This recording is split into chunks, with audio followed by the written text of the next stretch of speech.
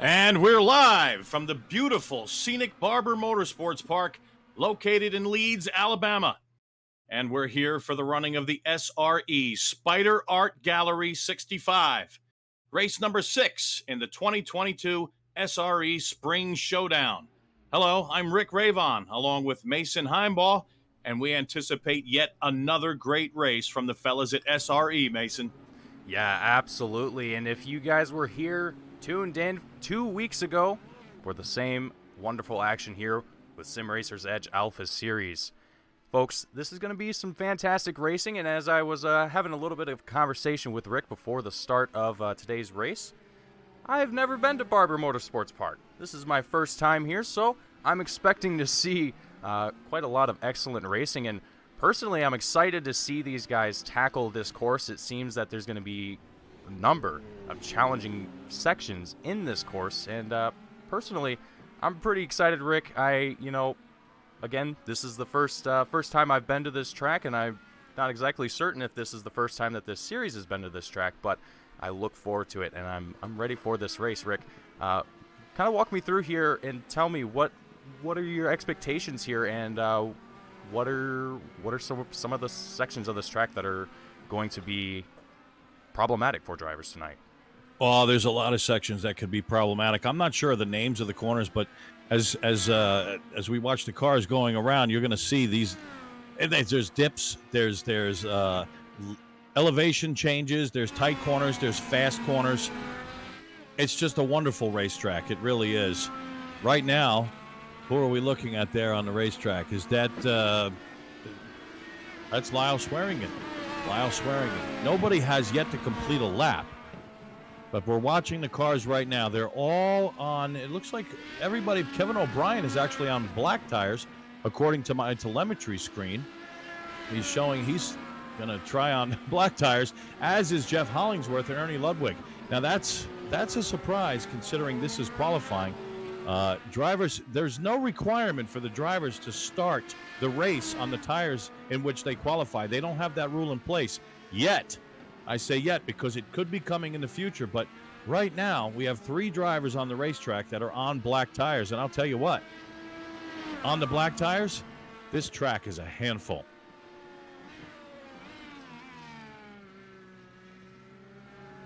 Excuse me. Just looking at these drivers make their way around the track right now currently, it looks like that, man, you're going to want that extra grip on your tires with the amount of with the amount of tricky turns that we have here. Yeah, especially with qualifying in mind here as well.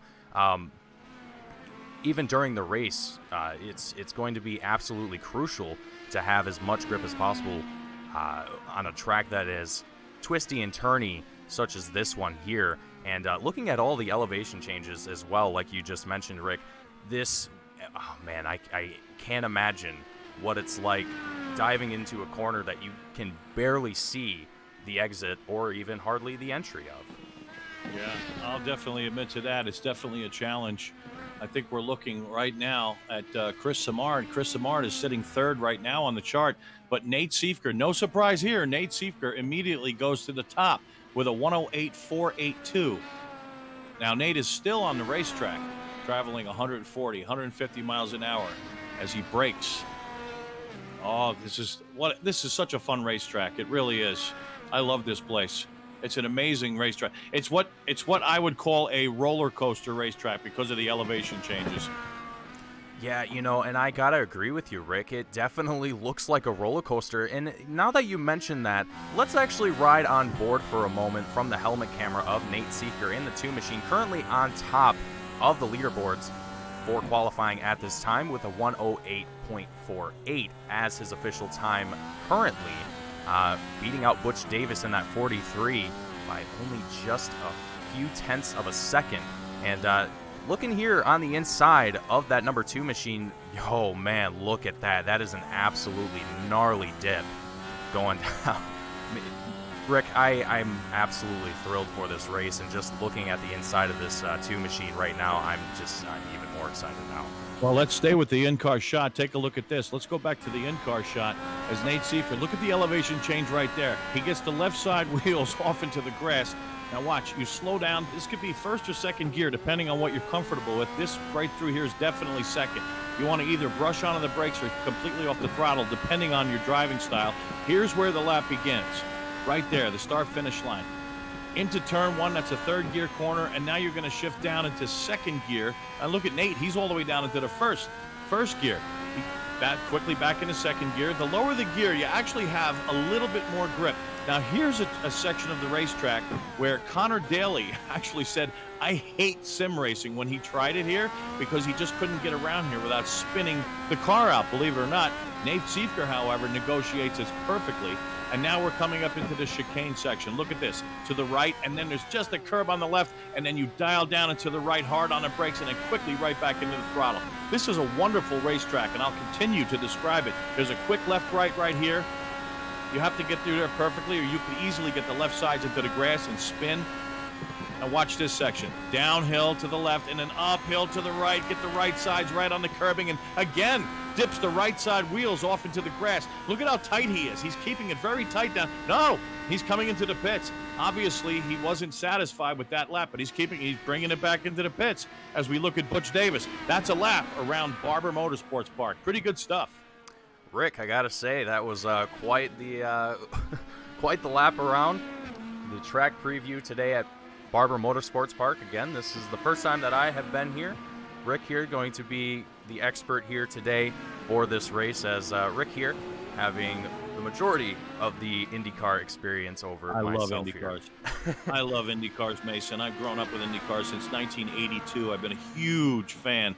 Since Rick Mears lost to Gordon Johncock, I became a huge Rick Mears fan, and I just can't get enough of these IndyCars. And when iRacing came around, loved it, loved every second of it. Went away from iRacing, came back to iRacing sometime around 2018. Been with iRacing ever since. This is, without a doubt, the best platform in sim racing right now. Nate Seifert on top of the chart, 108.1. Now, Chris Walker jumps up to second, 108.7, half second off of Nate Seifert's time. Butch Davis is third with a 108.8. Now, we'll keep an eye to see who is, as far as the Delta is concerned, who's running a fast lap and who isn't. Right now, a little more than 2.5 minutes left in the session. Yeah, and just with only just 2.5 minutes left in the session, and seeing lap times right now from most of our drivers with just over a minute, about a minute 10 seconds if you want to average them out. I got to wonder to myself, as the race progresses on, we're going to see 65 laps here at Barber Motorsports Park. So I got to wonder, Brick, what is going to be kind of the pit window here? What are you half expecting this race to be as far as? Go ahead. I'm sorry to interrupt. You're probably looking at somewhere between 18 to 20 laps maximum for those who are sort of gently conserving. You might be able to push it maybe another lap if you're like a super expert, and that's about it. But I've got news for you. Right now, Butch Davis, well, he's out of the pits and back out on the racetrack. He made a pit stop. Now, here's the strategy here. What they'll normally do, because naturally we have fixed setups, you cannot go out on low fuel. You'll go out and turn a certain number of laps, and then you'll come into the pits. Butch Davis in particular, he turned 6 laps. Our leader, Nate Seifert, also turned 6 laps. He came into the pits as well. Davis did not refuel the car, goes back out with a lighter fuel load and fresh tires to see if he can improve on his lap time. Nate Seifert did the same thing, and so did Chris Walker. So now we'll see if the top 3 changes. Right now, it's Nate Seifert, Chris Walker. Chad Simpson now moves up to 3rd place. Chad Simpson with a 108.7, and he's only 16 thousandths of a second away from sitting on the front row. Yeah, and looking at how close these times are starting to become between these drivers, and given the number of drivers that we have currently on the field, that we have 13 Butch currently. Davis is off the racetrack. Ooh, Butch Davis is off the racetrack. Back onto track, he makes his way, but looks to be that he didn't suffer any damage from that, didn't get into contact with any cars or any walls or anything like that. He went a little hot into turn number 1 and got the right sides off into the grass and slid off and just barely touched the front end of the guardrail, but I don't think he's going to want to come back in. No, we only have 15 seconds left in this session. And as of right now, well, Nate Siefker is out there. Let's take a look at Siefker. Chad Simpson, he's also running a little bit quicker than his best lap, but I don't think he's going to have enough to catch Nate. Nate is just light years ahead of the field right now as the checkered flag comes out. Checkered flag flies for the qualifying session for the Spider Art Gallery 65, brought to you by ecency.com. Folks, once again, myself and Rick Ravon joining you all for today's race in the booth.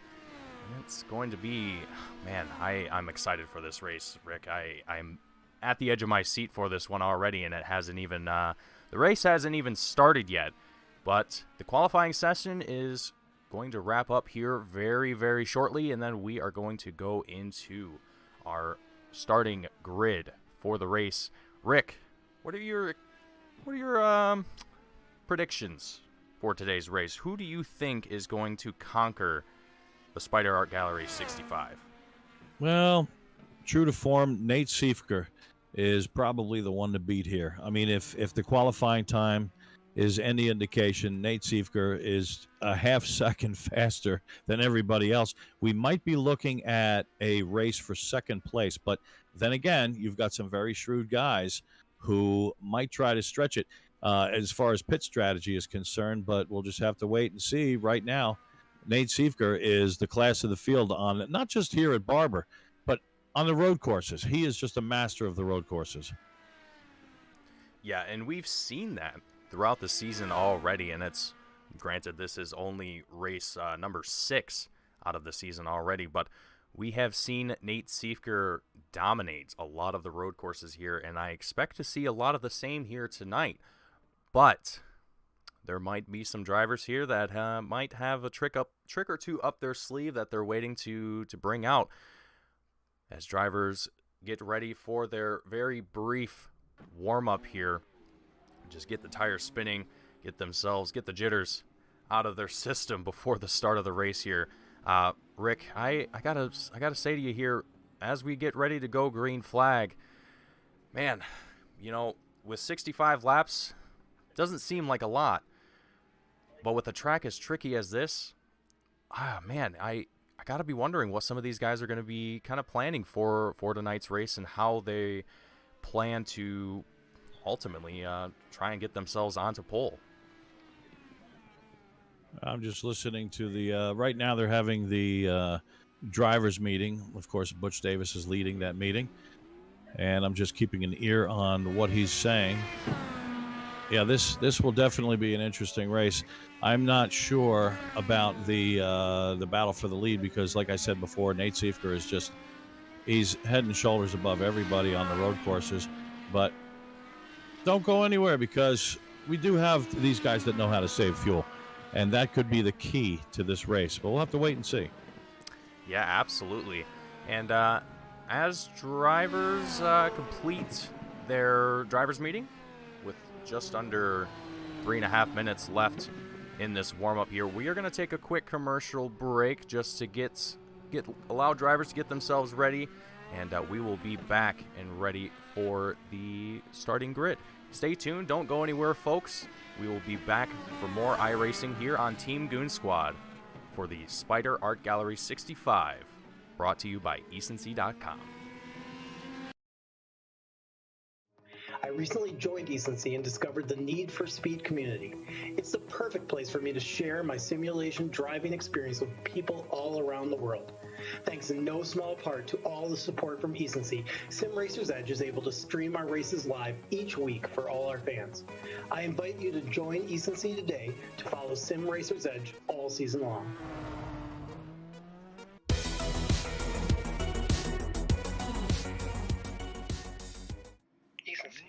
Okay, Ecency, it's great. I'm having a blast driving around. Yeah, that was a fast lap. Hey, Jeff. Yeah? What are you doing, man? I'm just writing a quick post to the Need for Speed community on Ecency. A what for who community? The Need for Speed community. It's the community on Hive that's all about racing. How do I get into this? Just go to ecency.com, sign up for an account, and download the app. Dude, that's really cool. But now you gotta go. Yeah, I'm on there every day. No. I mean, go, man. Go. Okay, let's go.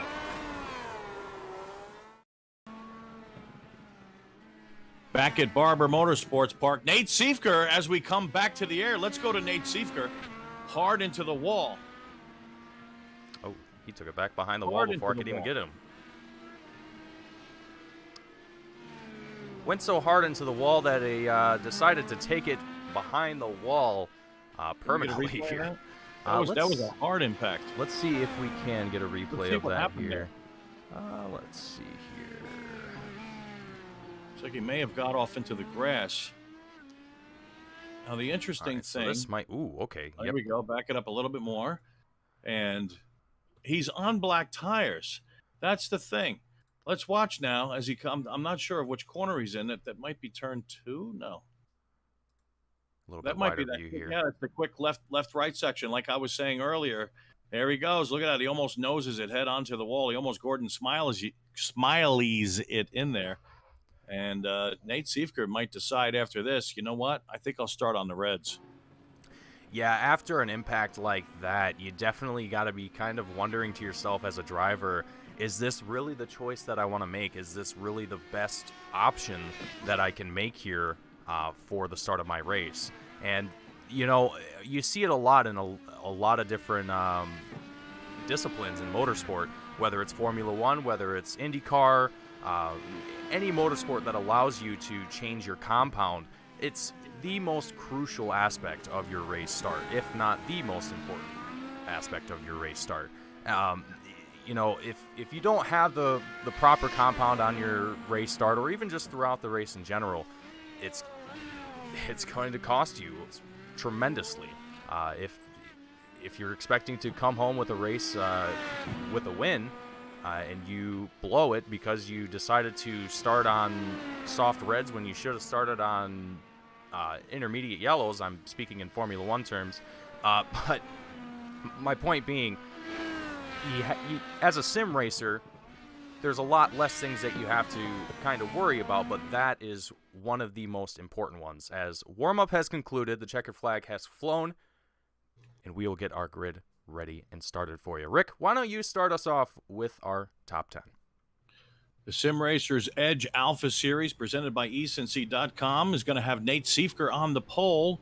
Chad Simpson will be alongside him in row number 1, and then it'll be Chris Walker. Walker is so fast. He'll be on the inside of row 2, and Butch Davis on the outside, our points leader. Then it's Lyle Swearington and Bentley Glazer on row 3. Row 4's got Chris Samard, Yari Brupacher. Row 5, Jeffrey Roulette, and it looks like Dale Weiser. Then it's going to be Kevin O'Brien, Jeff Hollingsworth, and as we scroll down, Ernie Ludwig, Mike Grandy Sr., Ryan Cruz, who's kind of just getting his feet wet here in the Indy cars, and especially on the road courses. Doesn't have a whole lot of experience, but he's going to start back there, and it doesn't look like he took a starting time. Maybe he's just playing it safe and just trying to get some experience under his belt. He's going to start back there. And Dan Bracington, who also didn't take a time, he'll be starting 16th today. You know, and that's interesting, too, as well. Drivers not opting to qualify. It's a strategy that a lot of drivers will take if they're not necessarily familiar with the series, with the discipline, with the league. There might be a multitude of reasons that they might want to start at the tail end of the race. And it's usually a smart decision, right? If you're coming to a track that you might not be familiar with, maybe you're in a car that you're not familiar with, you don't want to put the other drivers at risk or in danger of being put out of the race because of your mistake or because of your lack of knowledge of any of the above listed. Not knocking on any of the drivers here. Everyone here is an extremely phenomenal driver, but just giving some examples of what you might see out in the wild in the iRacing world. Well, it's definitely a smart decision to stay out of the way as the guys who are used to this particular form of iRacing, the IR-18 Indy cars, open wheel cars in general. If you're not used to that, it's probably better you stay in the back and just get your experience. If you have the natural aptitude for it, you're going to pick up the speed, you're going to get better. Some do and some don't, but we have yet to see that. But you know what? Dan Bracington, I'm actually surprised that he didn't take a qualifying time. He's starting in the back because Dan Bracington is actually a pretty decent road course driver. You know, and now that you mentioned that, Rick, as well, I want to say that I remember Dan Brazington being one of the competitive drivers at Watkins Glen, one of the opening races for the SRE Alpha Series. I believe that was the second race of the season, if I recall correctly. I could be wrong on that. Apologies if I am.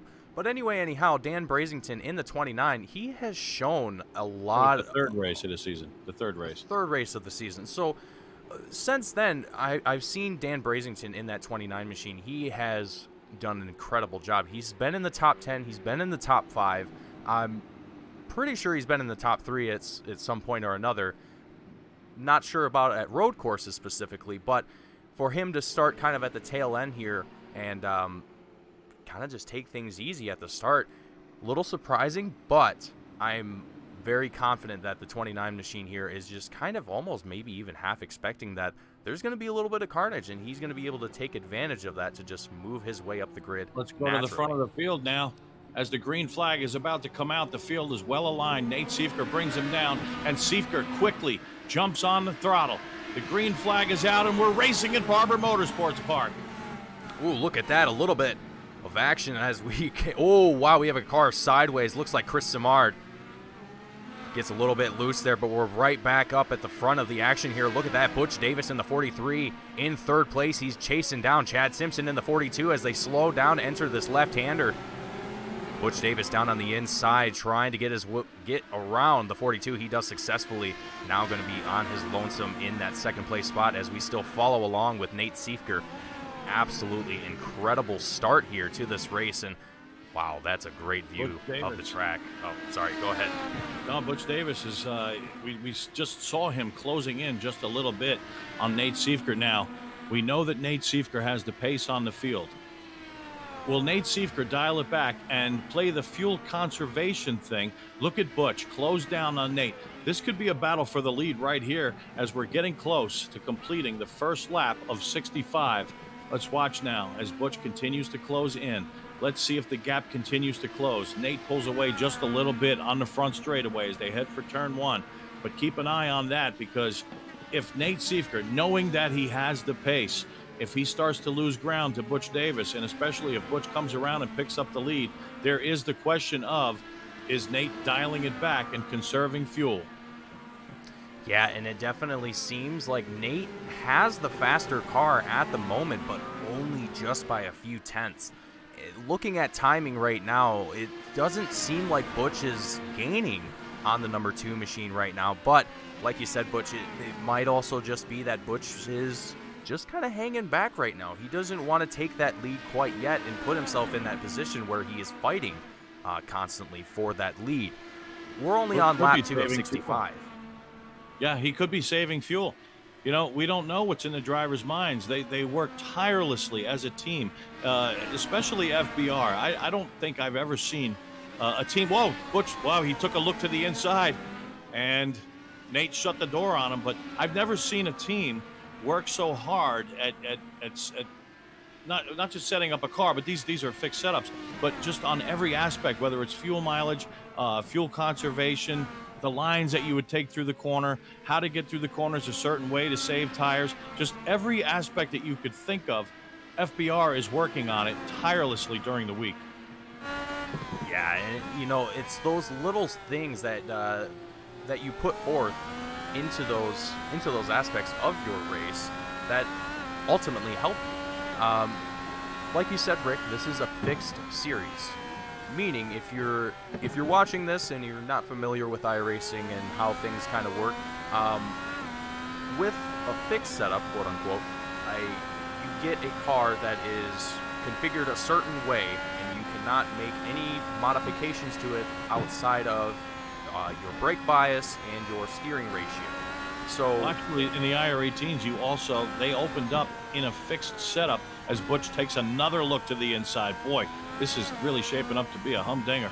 You also now, because of iRacing, in a fixed setup race with the IR-18s, you can adjust your roll bars and you can also adjust your weight jacker. Now, the weight jacker cannot be adjusted on a road course, but you can adjust it on an oval track. So at this particular track and all road courses, the drivers do have the opportunity to adjust their roll bars. As we drop back a little bit in the field, we've got some action back there. Absolutely, we do. Looking at Dan Brasington right now in the 29, holding on to 9th place currently. We've got quite the battle brewing up here for that 9th place spot. These drivers starting to split up just a little bit now as we've tuned to them. That seems to be the trend. As soon as you tune to the action, it starts to dissipate. Whoa. That was a little spicy though there, Dan Brasington. He got a little wide in that corner, and Bentley Glazer took a look, but Brasington had a little too much distance between them. Glazer running right behind him. He's got Lyle Swearington just behind him to worry about. And, of course, behind him is Ernie Ludwig, who also is no slouch on these road course races. Now, Lyle Swearington, let's take a look at that pretty race car. I love that car. That's really one of the prettier race cars in the series today. He actually has a win to his credit this season in SRE. He won. Are you ready for this? He won the race at Iowa. Iowa was a fantastic race, and Lyle Swearington was the one who came out on top of everybody. So he's got some game here tonight. Yeah, and even Iowa being an oval course, you still take some of that knowledge, some of that information, you carry that over into your road course driving. It doesn't all... Back to the lead. Ooh, let's take a look at our race lead here as Nate Siefker, Butch Davis has closed in on one another. Butch Davis within a quarter of a second of that number 2 machine. Both very close to one another, wing to wing. Oh, look at how close he is now. Does Butch want to get by? I would love to know his thoughts. I would love to know Nate's thoughts for that matter. I want to know, does Butch want to get by? Is he trying to get by? Oh, so close. Ooh, boy, that was close. Nate again shuts the door, which leads me to believe that Nate probably doesn't want to give up the lead. I can't imagine that Nate is trying as hard as he can because, like I said, if qualifying is any indication, Nate Siefker is just head and shoulders above the field. Yeah, absolutely. Nate Siefker hitting all of his marks to absolute perfection. And that's something in road courses that a lot of people overlook. When you come to a road course, being fast on a road course isn't about how fast can I get my car, down the straight. It's about how fast can I get my car around the whole course in the shortest amount of time. And what a lot of people don't take account for is the racing line. Hitting that racing line perfectly every single time is probably the most difficult thing you can do as a race car driver, and that is what sets apart the road course drivers apart from look at this battle. He's on the inside. Butch Davis, he's giving it everything he's got, and he's trying to kind of mimic. He might have a run right here. Yeah, he might have a run. Down the straight. No, he throws the fake. Butch Davis. Oh, he's so close. Butch locks up the front wheels. This tells me that Butch is not conserving fuel. He's going for it right now. And when you're in this tight of a battle for the lead, I mean, it's early enough in the race that you can kind of afford that little bit of extra fuel spending, if you will. And we also take a look at Nate Siefker, Butch Davis. They're both on the same compound of tires. If they're both pushing their cars as hard as one another, I mean, you can expect that they're both going to come down pit road at the same exact time, at least around the same time, you would think. That battle is going to, this battle is going to stay out for quite some time, I have a feeling. And I got to say, with how well these two are doing, how close they are staying with one another, especially as we're approaching lap, oh, man. Bentley Glazer just got around Ernie Ludwig, and Dan Brasington at the same time got around Chris Samard. Dan Brasington picking up 10th place, dropping Samard back to 11th, and Glazer and Ludwig were fighting for 12th place. Glazer takes over the position, and Ludwig drops back to 13th. Let's go back to the lead.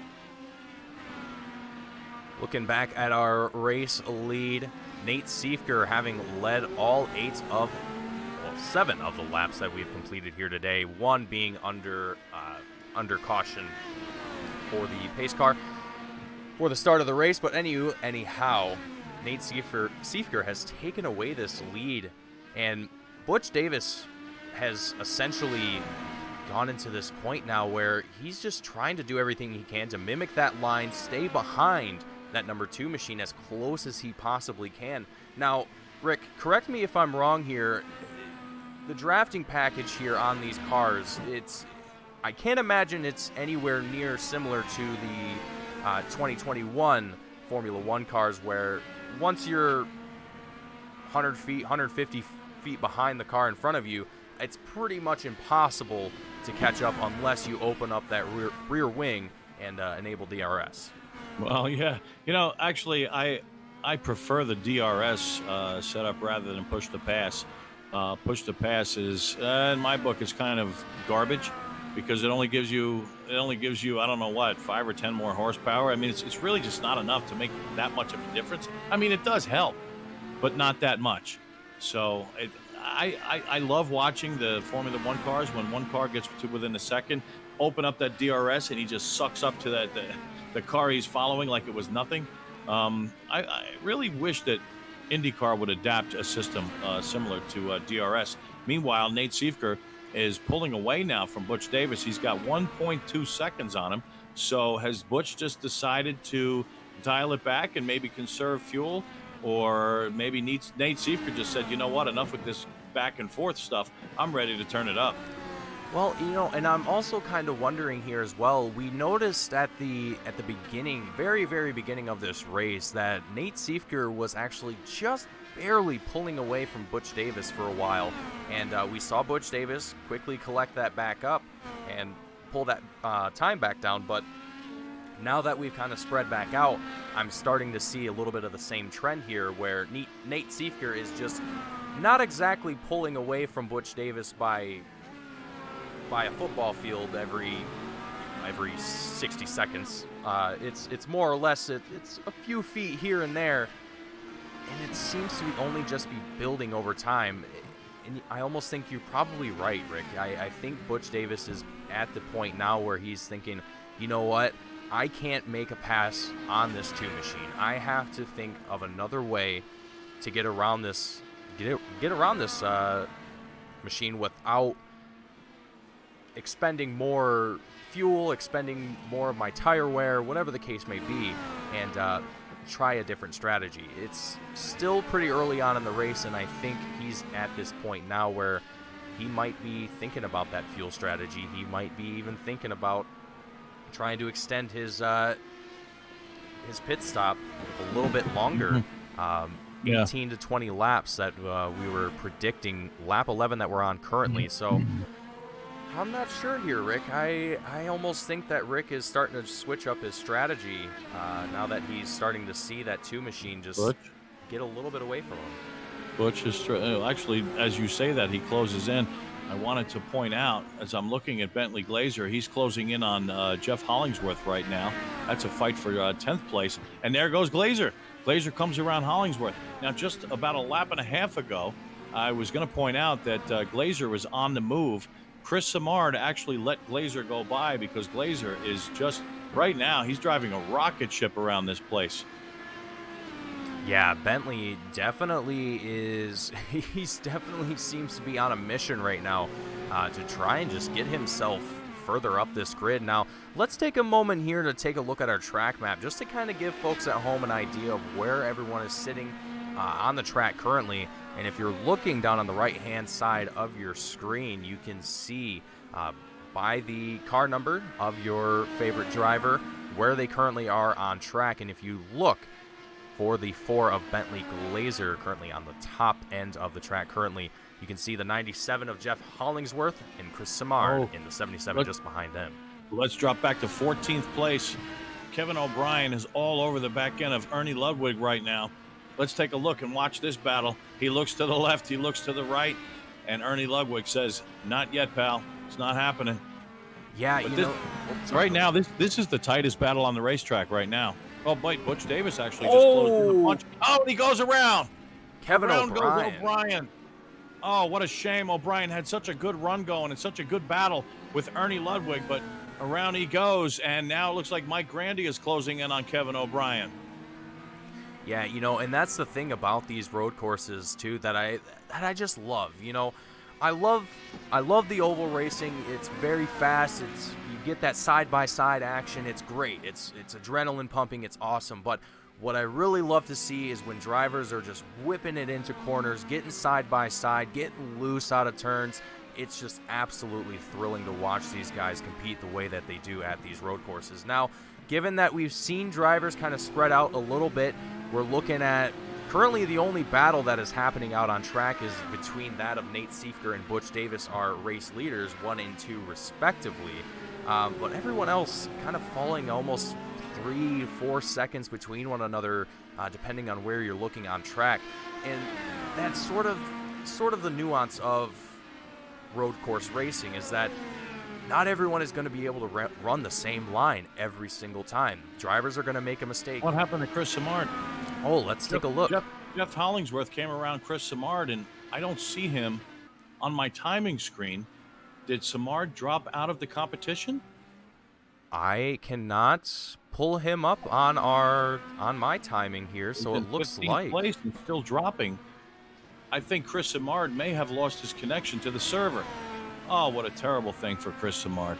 Such a class act. Chris Simard, we actually used to run as teammates. We ran several races as teammates, and I can tell you right now, Chris Simard is one of the best teammates you could ever have. Let's go back up to the front of the field because Nate Siefker has Butch Davis by only 0.2 of a second. This battle rages on, and it's for the lead of the race. It doesn't get any better than this. Right now, we're 14 laps into this run, so you would think 4 to 6 laps from now, we should see these guys coming into the pits, and we'll see. At that time, I think we'll see who's conserving and who's not, or we'll see who's conserving more. Absolutely, yeah. And I gotta be kind of I'm wondering here myself, Rick. Nate Siefker he's led this race the entire time. He has not given Butch Davis an inch to try and make a pass, and I gotta be wondering how much fuel is that number 2 machine burning right now, and is he going to be able to... We're going to find out pretty soon. Yeah, and really, ultimately, what I'm mostly wondering here as well is there anyone in the field that is going to be able to take advantage of when these guys come down into pit road, get themselves back up into the mix of things, and maybe even have a 3-4-way battle for the lead at some point or another. Well, I find it interesting. Nate leading this race. We're taking a look at him right now. This is the view from that handsome guy, Butch Davis, from his in-car camera. We watch him as he trails Nate Siefker now by only, less than half of a second. But just behind them, you've got Chris Walker, who has, it's Chad Simpson, and behind him is Chris Walker. Chad Simpson is 6 seconds behind the leader. Chris Walker is only 1 second behind Chad. Chris Walker, I got to tell you, is one of the quickest guys out there, especially on the road course. Can Chris Walker hold it together for the entire race? Because he's had some pretty bad luck where he will make a mistake or maybe get caught up in something. But right now, he's running a solid 4th place, and he's starting to run down Chad Simpson. And Chad is no slouch. It doesn't matter if it's a road course or an oval. Chad is usually there up in the top 3. Yeah, and even with Chris Walker and Chad Simpson kind of both closing in on one another, or rather Chris Walker closing in on that of Chad Simpson, these two drivers collectively are actually starting to slowly inch their way towards our race leaders. It's not exactly apparent to if you're looking on timing or if you're looking on your track map or whatever case or scenario, but they are based on their current lap times and based on their current gaps. It looks like that these two are going to eventually catch up to our race leaders. So that possibility.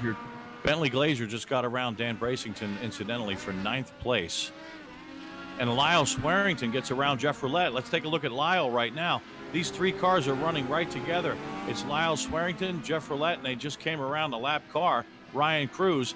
And you can see right there why Ryan decided to start in the back, because like we talked about earlier, Ryan is not a specialist on these road courses and is kind of getting his feet wet here in the IndyCar. So he just let those two gentlemen by. Yeah, and given what I'm seeing here, again, this is the first time that I've been to Barber Motorsports Park, so I'm kind of seeing things from fresh eyes. And honestly, Rick, if I'm a driver and I'm coming to a road course that I've never been to, and I look at even just the track map on the bottom right side of our screen right now, I'm gonna be a little concerned. This track definitely is not, I don't want to say beginner friendly, but it's definitely not friendly to the driver who just showed up and is not exactly all that familiar with road course racing. Definitely, you could definitely consider Barber Motorsports Park sort of a crash course. Let's go to third place, Chad Simpson, right now. Chad Simpson, Chris Walker has closed the gap. He was a second behind, but now he's only 0.4 of a second behind. As they come up to a lap car, they get around that lap car. Chad Simpson. Now, the question again becomes, we don't know who's conserving fuel and who's not. Chad Simpson could be conserving fuel. Chris Walker could be going for it, but then again, Chris Walker was always, throughout the entire the time of the practice sessions through the week, Monday, Tuesday, and Wednesday, SRE holds practice sessions. The first one on Monday and the second one on Tuesday, they hold open for new recruits possibly. And, of course, on the third one, it's just league members only. But through the practice sessions, Chris was either on top of the chart or near the top. He was always in the top three. And look at that. He's right behind Chad Simpson right now. We've got to keep an eye on this battle. It's the closest one on the circuit right now. This is a battle for third place. Chad Simpson has it. Chris Walker wants it, and he wants it bad. That he does, and wow, look at that. Chad gets a little bit wide coming through that corner. This could be Chris Walker's opportunity. They're going to go through the quick left-right section right here. Let's see if Chris can draw a beat on him. Oh, he's so close. This is critical. This is critical. Let's keep watching. Over the hill, look at, Chris draws him right in. He's right on his rear wing. Can Chris make the move here? He swings out wide. Now he dives it down, trying to get the most speed he can as he comes onto the main straightaway. And Chad Simpson's going to pull away just a little bit. Chris is not going to get that opportunity to go to the inside in turn one. Phenomenal driving from the 23 machine of Chris Walker. And it's that type of line work that you really have to perfect at a track like this. Swinging it out. Ernie Ludwig is in the pits. Ernie Ludwig. Ooh. He's in the pits. He just made his stop. He's the first one to make a pit stop. 8.4 seconds was the stop. In and out from pit entry to pit exit, 31 seconds. So that, and Ernie Ludwig gets all the way to the outside, and he's in the marbles and in the dirt, through the grass and into the kitty litter. So that's going to hurt him. But if there's any indication there, he did make his pit stop on lap 19. Lap 19, and we were expecting drivers to come down into pit road around lap 18 to lap 20. So with lap 19 being kind of the start. For third. Let's go back to the battle for third, and Chris Walker goes around. Chris Walker loses it in the grass, and he might decide that this is the perfect opportunity. He lost it right at the pit entrance, and here he comes. He decides, you know what? I might as well make my stop. Chris Walker on the pit road. Man, oh man, I wish I would have caught that on camera for everyone to see that, but yeah, that's gonna hurt Chris Walker. But it opens up the door for him to come down pit road, get on a fresh set of tires, get fuel, and get back out on track safely. And let's go back to the lead. Ultimately, for our race leaders, Nate Siefker, Butch Davis, these two are going to be expected to come down. Yeah, they're going to come down here into pit road any moment now. I would expect this lap or next would be the absolute latest. We talked about the pit window, 18 to 20 laps. Well, they're on lap 20 right now. The next time they come by, they'll begin lap 21. And Nate is going to stay out. Butch is also going to stay out. So both of them have stretched it to 21. Can they make 22? I highly doubt it. Ooh, Rick, if they stretched it all the way to 22, 23 laps even, Man, that would be impressive fuel saving, especially considering how much paddling they have done here throughout this race already, and we're not even halfway through the race yet. Lyle Swearington now moves up to 4th place, as it looks like, is Yari in the pits? No, yes, Yari is in the pits. Yari am I saying his name right? Brupatcher? Brupacher? Yes. Brupatcher. I'm not sure. But he's on the pit road right now. He's in 5th place as we speak. So Jeffrey Roulette will move up to 5th as Yari comes into the pits. We'll watch now as Nate Siefker comes around. Butch Davis has fallen back 1.7 seconds. Oh, Butch gets the left sides on the grass. Now, is Nate going to come into the pits? We're watching. No, but Butch does. Butch is on the pit road. Nate Siefker, even though he was leading the race, you would think leading the race and pushing it as hard as he was, he would be the first one on pit road. Butch Davis ends up being the first one of the leaders to come onto the pit road. That is a very shocking move from Nate Siefker. I don't doubt that he will be able to handle it on these very, very old set of tires. I'll tell you what this tells me, Mason, that Nate Siefker, as the leader of the race, he has the pace to stay out in front, and he also has the ability to make this a 2-stop race. Oh, Butch goes around. Go back to Butch Davis. Butch is in the kitty litter. Is he going to make contact with the wall? He makes slight contact with the wall with the left side, the left rear tire, but Butch quickly brings it back out onto the racetrack. That is definitely going to hurt Butch. Those cold tires bit Butch Davis. Yeah, coming out of pit road on those cold tires, a lot of drivers too, myself included even, as Nate Siefker now makes his way down into pits. Yep, myself included in that mix of category of drivers that you come out on those cold tires and you don't really expect it to slip up as much as. Simpson is also on the pit road. Now we have to keep an eye on this. Nate Siefker is obviously going to come away with the lead. Now, because of the spin by Butch Davis, his teammate, his FBR Motorsports teammate, Chad Simpson, might be able to come around and pick up 2nd place. At the time that Butch came into the pits, Chad was roughly 6 or 7 seconds. I don't remember exactly, but that's about how far behind Butch he was.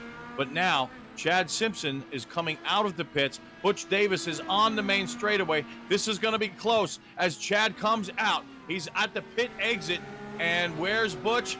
Butch Davis he comes out right behind Chad. Now, Chad has the cold tires at the moment. We have to watch this battle because Chad Simpson has the cold tires. Butch Davis has a full lap of warming those tires up, so he should reel him in. Yeah, and as Butch Davis there, a little bit of a lockup looked like out of the front, looks like the front right tire as he came out of that turn just a few turns ago. A little bit of a lockup there from Chad Simpson as well. But this battle forming between Chad Simpson and Butch Davis for 2nd place, I don't think it's going to take very long for Butch Davis to catch up to that 42 machine. Based on timing, it looks like he's going to be on the rear wing of that 42 machine in just a few turns if he keeps up the current pace that he's at. And looking at, whoa. In the pit. What in the world is going on here? Butch Davis coming back in the pits? I have no idea. This is going to absolutely crush Butch Davis's race. Now, I don't know if he received a speeding penalty or why in the world, why on God's green earth he would be coming back into the pits. This is your points leader. This is going to cost him several spots. Let's keep an eye on Butch now as he comes to a stop. Is he going to get tires? Yes, he is. The car goes up in the air. Butch is getting tires. He might as well get fuel as well. He comes down off the jacks, and now he's waiting. He's waiting. Man. He must be serving a penalty. He's got to be serving a penalty, Mason. This is absolutely devastating. Butch drops down to 9th place, and he's probably going to go even deeper than that. Bracington passes him. Jeff Hollingsworth, 15 seconds behind. He won't be able to catch Butch. But Butch Davis comes out after that whole debacle in 10th place. That's your points leader. This is crucial. Butch Davis, and I'm going to have to check in with our race control here and figure out exactly why the 43 had to come down into pit road.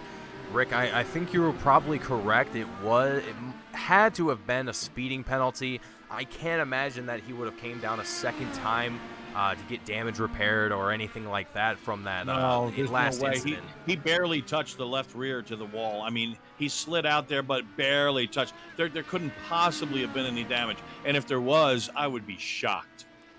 Yeah, and that's kind of the thing that threw me off as well. It was, what in the world are you coming down into pit road for? There's no reason for it.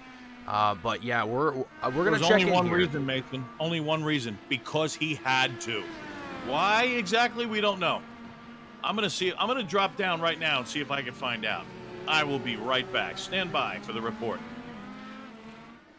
And as Rick drops down to figure out what in the world happened to the 43 machine of Butch Davis, we're looking currently at Jari Brupatcher and Lyle Swearingen duke it out for this fourth place spot. Lyle Swearingen in the 68 machine tracking down the 89, trying to get down to the rear wing as close as he possibly can. There's a little bit of distance between these two, just about a half a second. Lyle struggling just a little bit to keep the pace of the 89 machine currently as we work our way through quite a tricky section of the track here. Again, looking at the bottom right-hand side of your screen if you're watching at home, this circuit definitely has quite the number of tricky turns and twists, and just in general, not the most friendly circuit for making mistakes, if you will. I've got the report. From FBR Motorsports. I talked to Butch Davis himself. He was kind enough to grant me a quick interview. I asked him, why did you have to come in? He said, because I spun coming out of the pits and I had some damage to the rear wing. I can't believe it. We were watching it on replay, and he barely touched the wall, but apparently it was enough to do enough damage to bring Butch Davis into the pits. And I'll tell you something, I've been racing with this guy. Butch Davis and I are actually very close friends off the racetrack. I can't say so much for on the racetrack. We're deadly competitors, but we've been racing each other for 25 years. Butch is not the kind of guy who's going to bring it into the pits unless he has to. I've seen this guy. Whoa, we're looking at. Well, I was looking at Butch. He bumped his way through the chicane there, but Butch is not the kind of guy who would bring the car into the pits unless he absolutely had to. If it's not a penalty, then he had to have some kind of damage. And sure enough, he told me he damaged the front wing and he had to bring it in. So with that bit of information coming from pit road, Butch Davis falling all the way down to 10th place after suffering what seemed like a savage setback. Absolutely savage. And that's a nice way of putting it.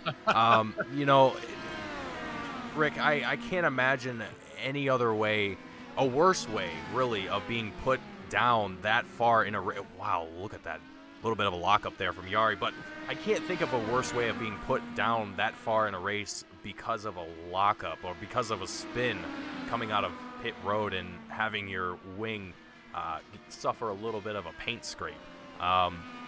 That's got to be soul crushing for the 43. It definitely is. I mean, from what we were looking at, he slowly, it seemed like slow motion almost. We'll keep an eye on the Brupatcher Swearingen battle, by the way, as we speak, but it didn't appear as though he hit the wall hard enough to sustain any kind of damage, but apparently he did, because like I said, Butch Davis would not bring the car into the pits unless he absolutely had to. And that is just such a shame, because as we look at the season standings, well, I'm going to take a look at the season standings right now.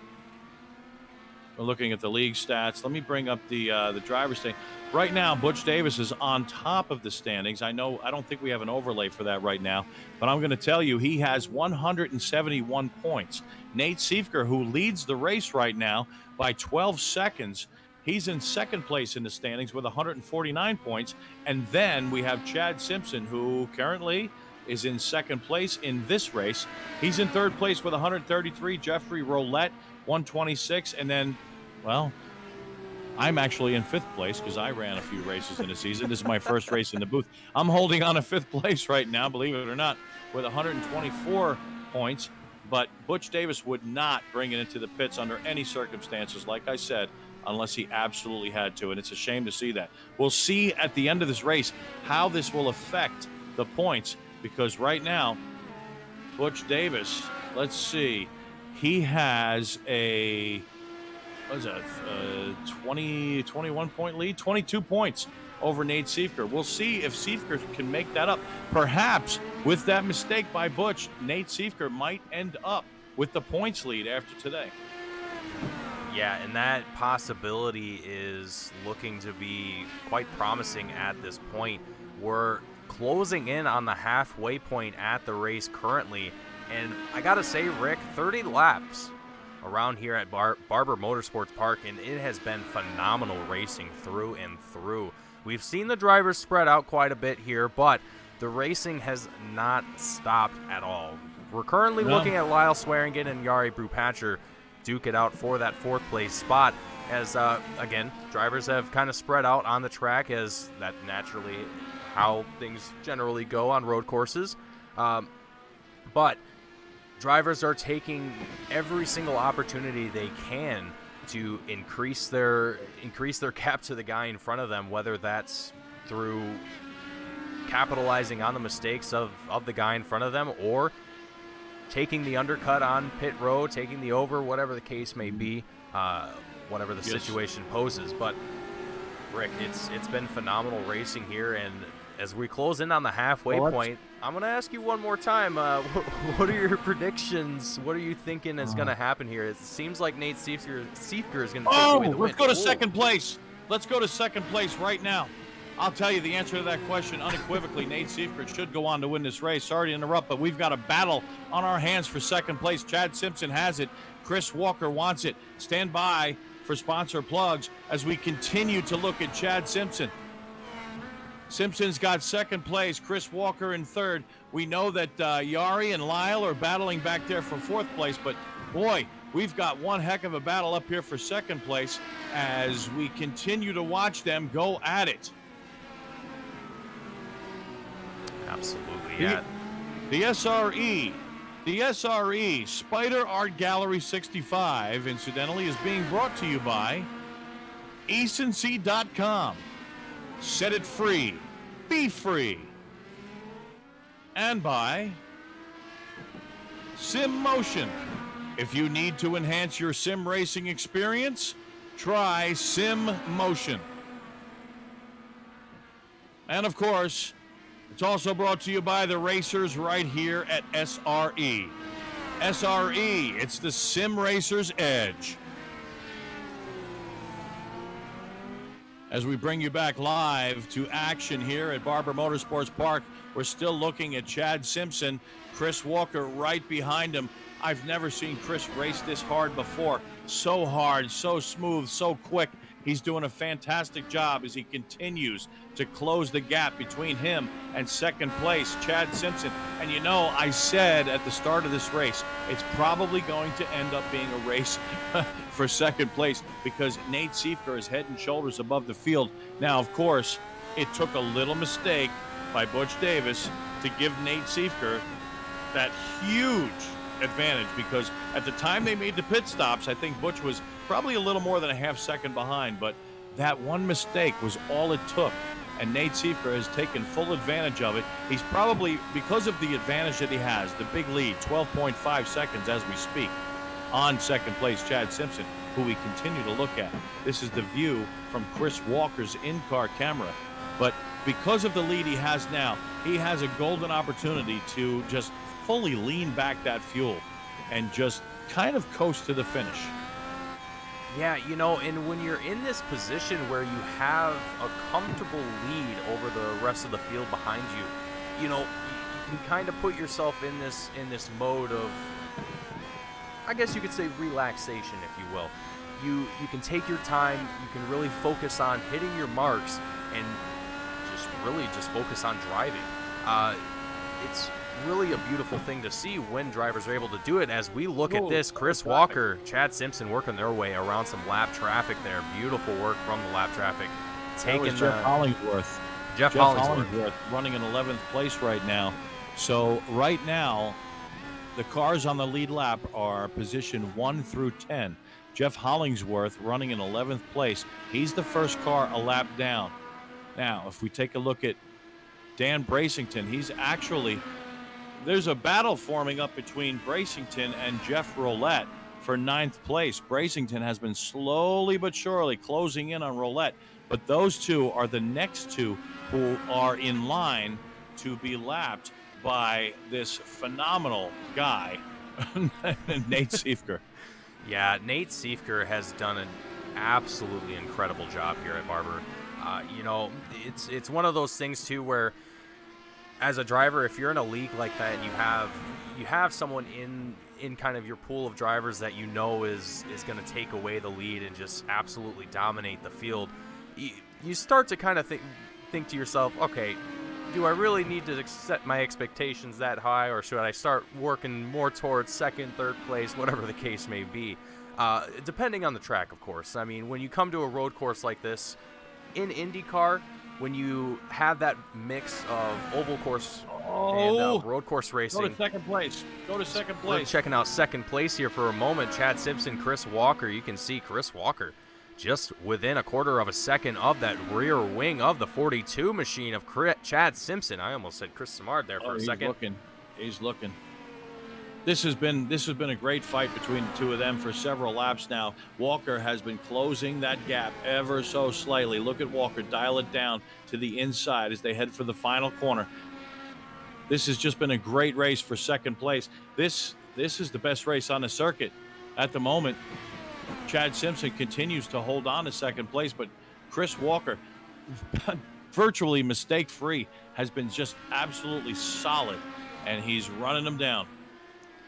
Yeah, and it's always a lovely thing to see that too, as the race progresses on, and the things start to kind of stale out amongst the field.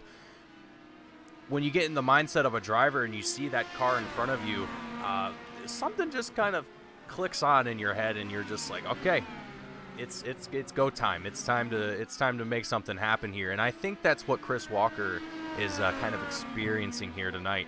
He is just on a mission in that 23 machine here tonight. He's started in third. He's still here in third place, and he's cracking down on the 42 of Chad Simpson, trying to get his way into second place as Nate Siefker crosses the line and brings us to lap 36 of 65 here for the Spider Art Gallery 65.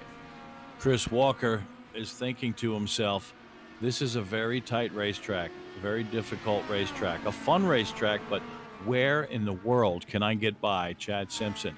Chris Walker continues to reel him in, now 0.6 of a second behind. Closest battle on the racetrack right now. I'm looking back to see who is, actually Yari Brupatcher, Lyle Swearington, they're also right together, and they're coming up on a slower car. Jeff Hollingsworth just in front of them. Let's take a look now at Yari Brupatcher. He just came, Lyle Swearington, Kevin O'Brien just behind them. Only 0.5 of a second behind is Lyle Swearingen. So we have two battles going on simultaneously on the racetrack right now. And I'm looking at Chad Simpson. Something must have happened to Chris Walker. On a telemetry, it's showing that he's 5 seconds behind. Oh. What happened to Chris Walker? I am not sure here. We're taking a look here for just a moment back here with the 23 of Chris Walker to see if we can identify what happened. It looks like he's currently stuck behind lap traffic at the moment. And you mentioned earlier as well, given the tight space that we have here at Barber, that might be a little bit of the problem that Chris Walker is having here, trying to navigate around this lap traffic. But it seems like as well that he's just fallen off the pace quite significantly. No, there's no way. He wouldn't fall 6 seconds back. Something had to happen. And I'm going to scan back to see if I could find out what happened to Chris Walker. And as Rick... Oh, Chris Walker looped it. He looped it. He went around. It was just after, it was right in turn number 3. Chris Walker got on the throttle a little bit too hard. I'm going to see if, let me see if I can see a different TV view. Here's a replay of it available up for everyone watching at home. There it is, right there. Taking everything you can into see right there. Chris Walker comes through the corner, the back end already coming around. I was trying to see if Chris actually made contact with the wall. You can't see it from that view right there. Maybe, so close. And right there, you can see the way the car twitched. Right there, he obviously did make contact. Let's go back live with Chris Walker because Chris Walker might be coming into the pits. If he does have damage, he'll have to come into the pits. But that opens the door for Chad Simpson to run away. He's got a 7-second lead, a solid 7-second lead on Chris Walker now. And if that lead, we know that Chris Walker had the pace to at least keep up with Chad. Chris maintains the podium spot, the final podium spot in 3rd place. But if that gap continues to lengthen, then we know that Chris Walker definitely has some kind of damage to that number 23. Absolutely. And as we are on lap 38 of 65 here, folks, we are just over the halfway point through the race here. We are going to take a very quick commercial break, and we will be right back with some more action of the Sim Racers Edge Alpha Series for the Spider Art Gallery 65, presented to you by ecency.com. Stay tuned, don't go anywhere, and we will be right back with more iRacing here on Team Goon Squad.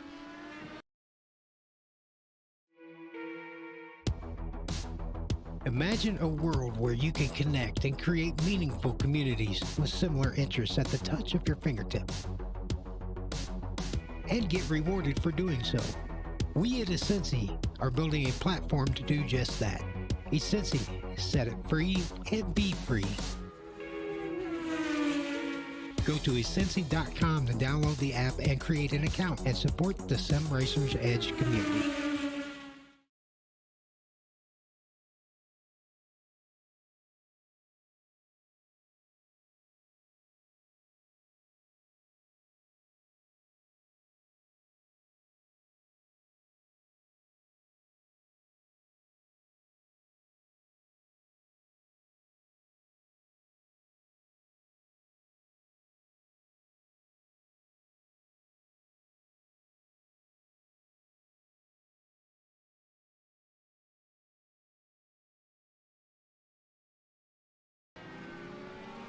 Back at Barber Motorsports Park for the SRE race here at Barber. And Chris Walker, we may have missed that on the video, but Chris Walker did, in fact, come to the pits a little bit earlier than he probably would have come. So he most likely did have damage to that race car. Chris Walker drops down to 8th place, and it looks like Chris Walker will not be able to make it to the end of the race without making another stop. Meanwhile, at the top of the chart, Nate Siefker continues in the lead of this race. He's got a 13-second lead over 2nd place Chad Simpson. Let's take a look back. We've got Jari Brupatcher running in 3rd right now. Lyle Swearingen is running in 4th. Bentley Glazer as Butch Davis comes around Glazer. Let's take a look at Davis. He just came around Bentley Glazer and picked up 5th place. So Davis is storming his way back to the front, or at least he's trying desperately to. But Davis, because of that untimely pit stop, is well back in the field. 13 seconds behind Lyle Swearingen in 4th place, and he's a full 48 seconds behind Nate Siefker, the leader. But can Butch Davis salvage a 5th place finish? That would definitely help him in the points. He certainly needs that after that earlier error that he made on cold tires, Mason. Yeah, Rick, you are absolutely right. And with 25 laps left to go here, Butch Davis is starting to see that window close for him to be able to work his way into the top 3. Now, he's cracked his way into the top 5. He's holding on to 5th place right now. And like you mentioned, Rick, he's got just under 14 seconds between himself and Lyle Swearingen in that 68 machine. But currently, based on looking at timing right now, Butch Davis is going to be able to catch up to that 68 machine relatively shortly.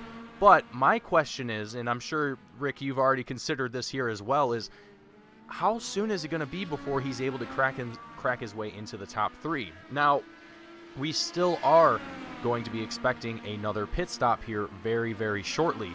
Last time we came down, Nate Siefker, our race leader, came down pit road lap 22. So I'm going to be expecting guys coming down pit road here within the next few laps. Yeah, Nate Siefker should definitely be coming in the next lap or two. I'm looking down. Chris Samard, obviously he's been out of the race for quite a few laps. I'm interested to find out what happened to Chris. So I'm going to go down and see if Chris is around. I'm going to see if I could find an interview. So I'll be right back. And as Rick Ravon goes down into pit road to do a little investigating to figure out where in the world Chris Samard went and what happened to that 77 machine early on in the race. But as we currently look at the 89 machine of Jari Brupatcher make his way down into pit road, that is going to start the pit cycle for the 89 machine, as we've seen a few drivers slowly trickle their way down into pit road. Jari Brupatcher, obviously one of those drivers. Bentley Glazer. Brupatcher's in the pits. Yeah, Brupatcher, we were just talking about that here, actually.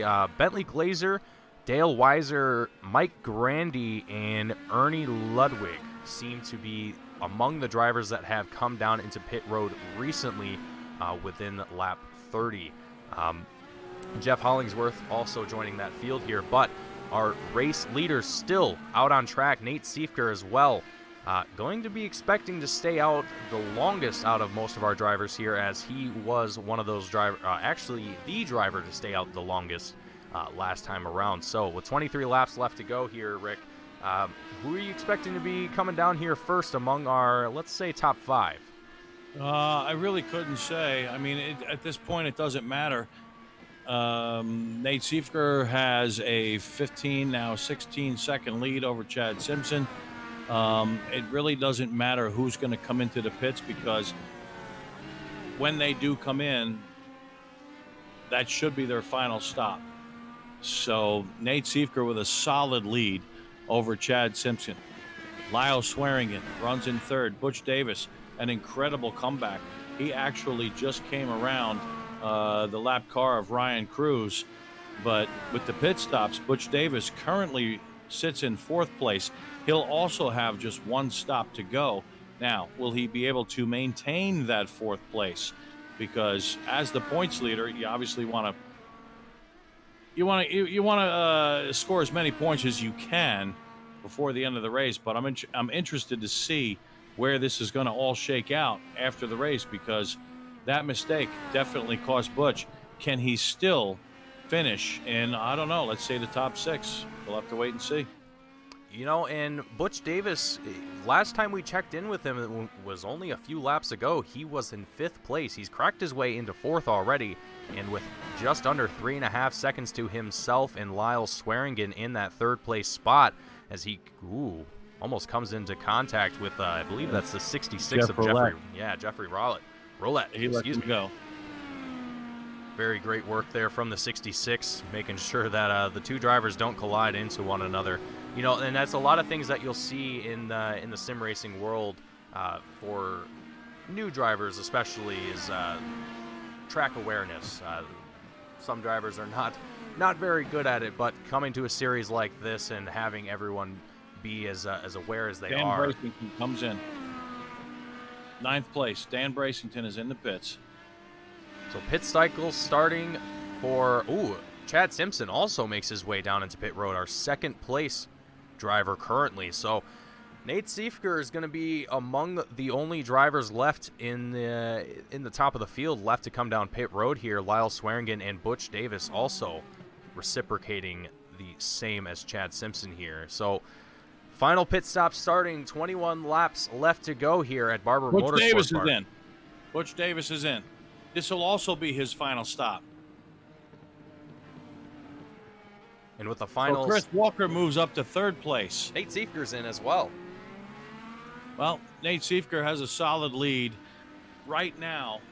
On the telemetry, he has a 40-second lead over Chad, so he can easily get in and out of the pits and maintain the lead. This race is is over as far as the victory is concerned. As long as Nate keeps it on the dance floor, he's going to win this race.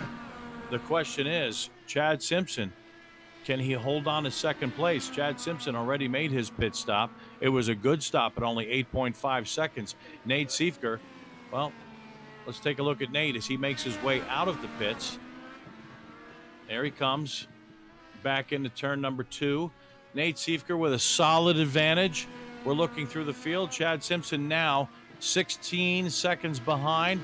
Chris Walker moves up to third, but I believe he still has yet to make another pit stop because of that untimely stop that he was forced to make several laps ago. But I don't think that Chris Walker can make it to the end, so that might move Jari Brupatcher up to third place before this is over. Let's take a look at Jari as he comes behind the rookie of Ryan Cruz.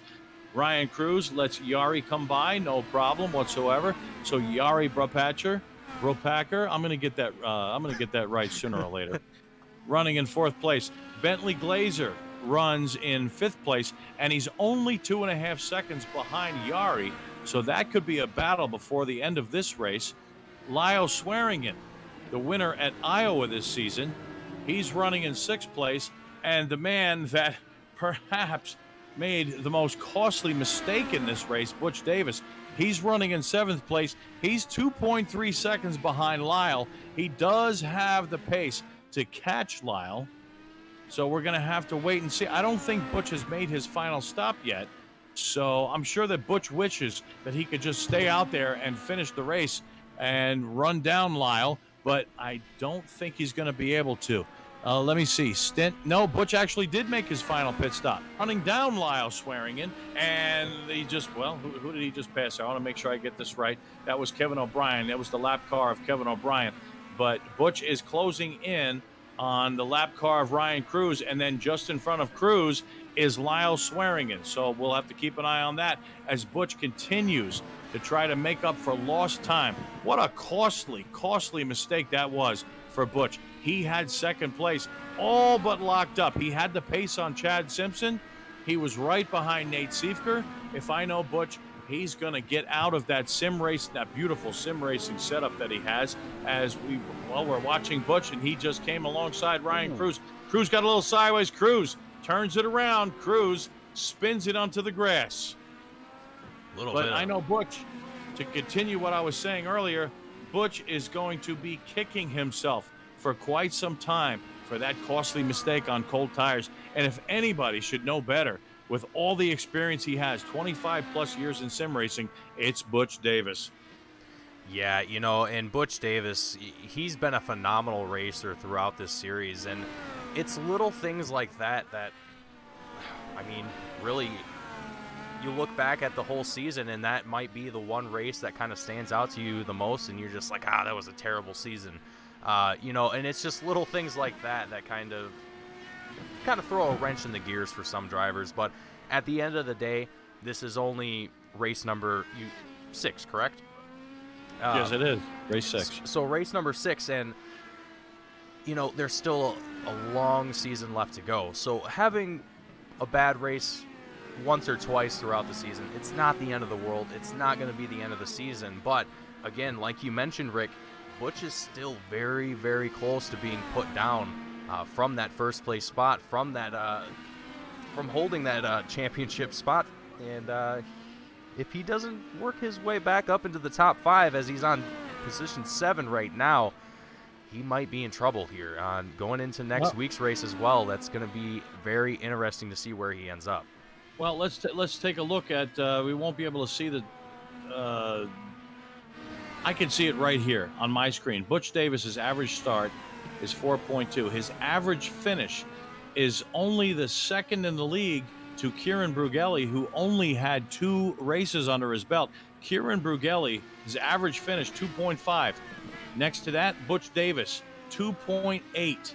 Next to that, Chad Simpson at 6.8. So Butch right now is the most consistent driver in the field as far as those statistics go. And Butch Davis, we're looking at, there's a car behind him. It almost ran off the track. But Butch Davis continues to run down Lyle Swearingen Let's take a look at that battle because it's only 1.1 second back. Let's take a look from the in-car of Butch Davis. This will be fun. There's the in-car of Butch Davis. Now, just in front of Butch is Lyle Swearingen. Lyle is running in 6th place right now, and Butch is slowly but surely running him down. He has the pace to do it, and Butch knows that he already made his final pit stop.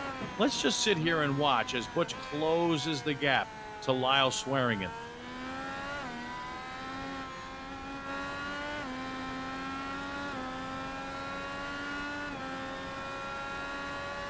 And that'll move Butch up to 6th place.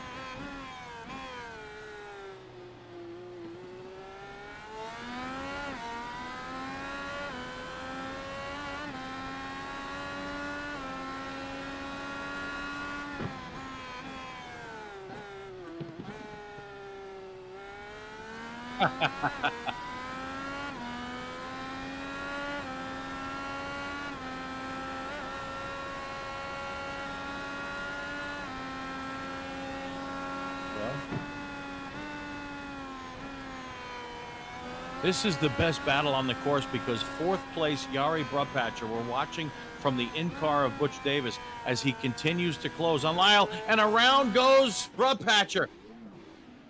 There he goes. He gives up 4th place. That'll move Lyle Swearingen up to 4th. Butch Davis moves up to 5th as Butch continues to close on Lyle Swearingen. He's right behind him. Let's go back to the in-car. This is going to be an amazing battle. Watch Butch Davis. Ever so cunning. Butch Davis reels him in, and it looks like, well, that was kind of uneventful. Lyle just seemed to let him by. He said, you have the pace, you go ahead.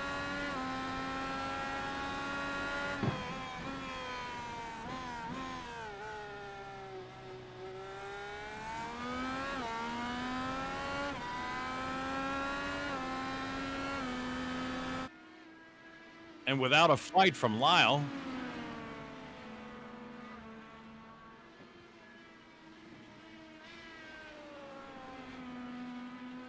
I don't think so. No, I don't think so.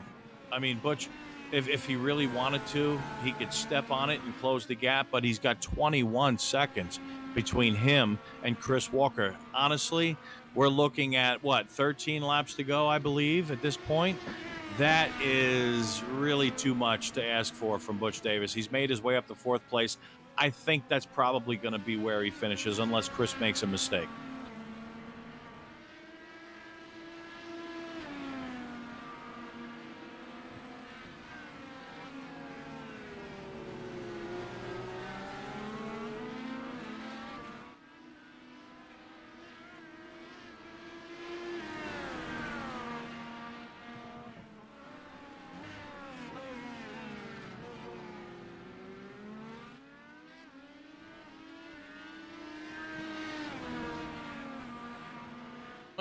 About confident in the abilities. I mean, obviously it varies from driver to driver. Butch Davis is one at this point. You know, we're 53 laps into this race. He's just in full focus mode. Nate Siefker, he could take it easy. You know, he's the class of the field on the road courses as it is. He has a full solid 18-second lead over Chad Simpson. Chad Simpson, 2nd place. He's another guy who's just kind of, well, you know, I've got 8 seconds on Chris Walker. We only have 12 laps to go here next time by. He's kind of, you know, I mean, he could just run a solid pace and keep Walker behind him. Butch Davis running in 4th place. He's the kind of guy who is just in his rhythm. He's in his rhythm. He's in his groove. I really don't think, now Butch is a realist. He's been doing this a long time. He's one of the best I've ever raced with. He knows that with the time left in the race, with the amount of laps that are left in the race, he cannot catch Chris Walker unless Chris makes a mistake. So Butch is going to pace himself. I would not expect to see Butch make any more mistakes because Butch knows the deal. He's going to salvage this race by finishing fourth, and most likely he'll hold on to the points lead. Lyle Swearingen, I really don't know him all that well, but I have to speak broadly for the rest of the field. At this point, you've already run 54 laps. You're just kind of in a groove. There's nothing really serious to go for as far as points lead or a championship, unless you're Nate Siefker or Butch Davis or one of those top guys. So the rest of the field is probably just in a rhythm mode at this point. I don't think there's much anxiety through the field.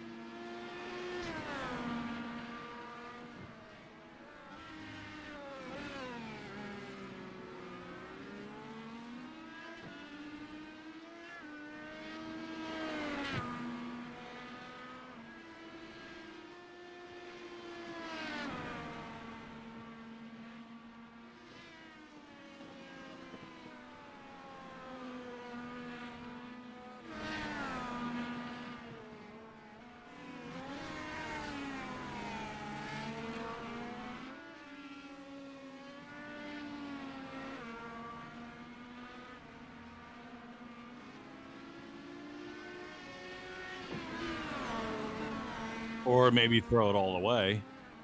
It just doesn't make sense. It really doesn't.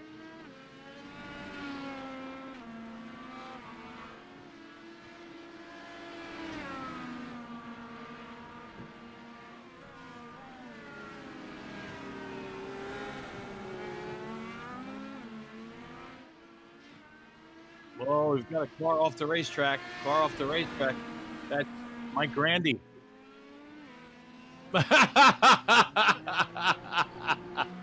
Mike, I'm sorry. I'm listening to the radio communications. Mike Grandy just radioed over the common speaker. He said, sarcastically said to Butch Davis, "Do you think I gave you enough room to get by?" And Butch had a good laugh too. He certainly did as he ran off the racetrack to give Butch the room to get by. That was funny.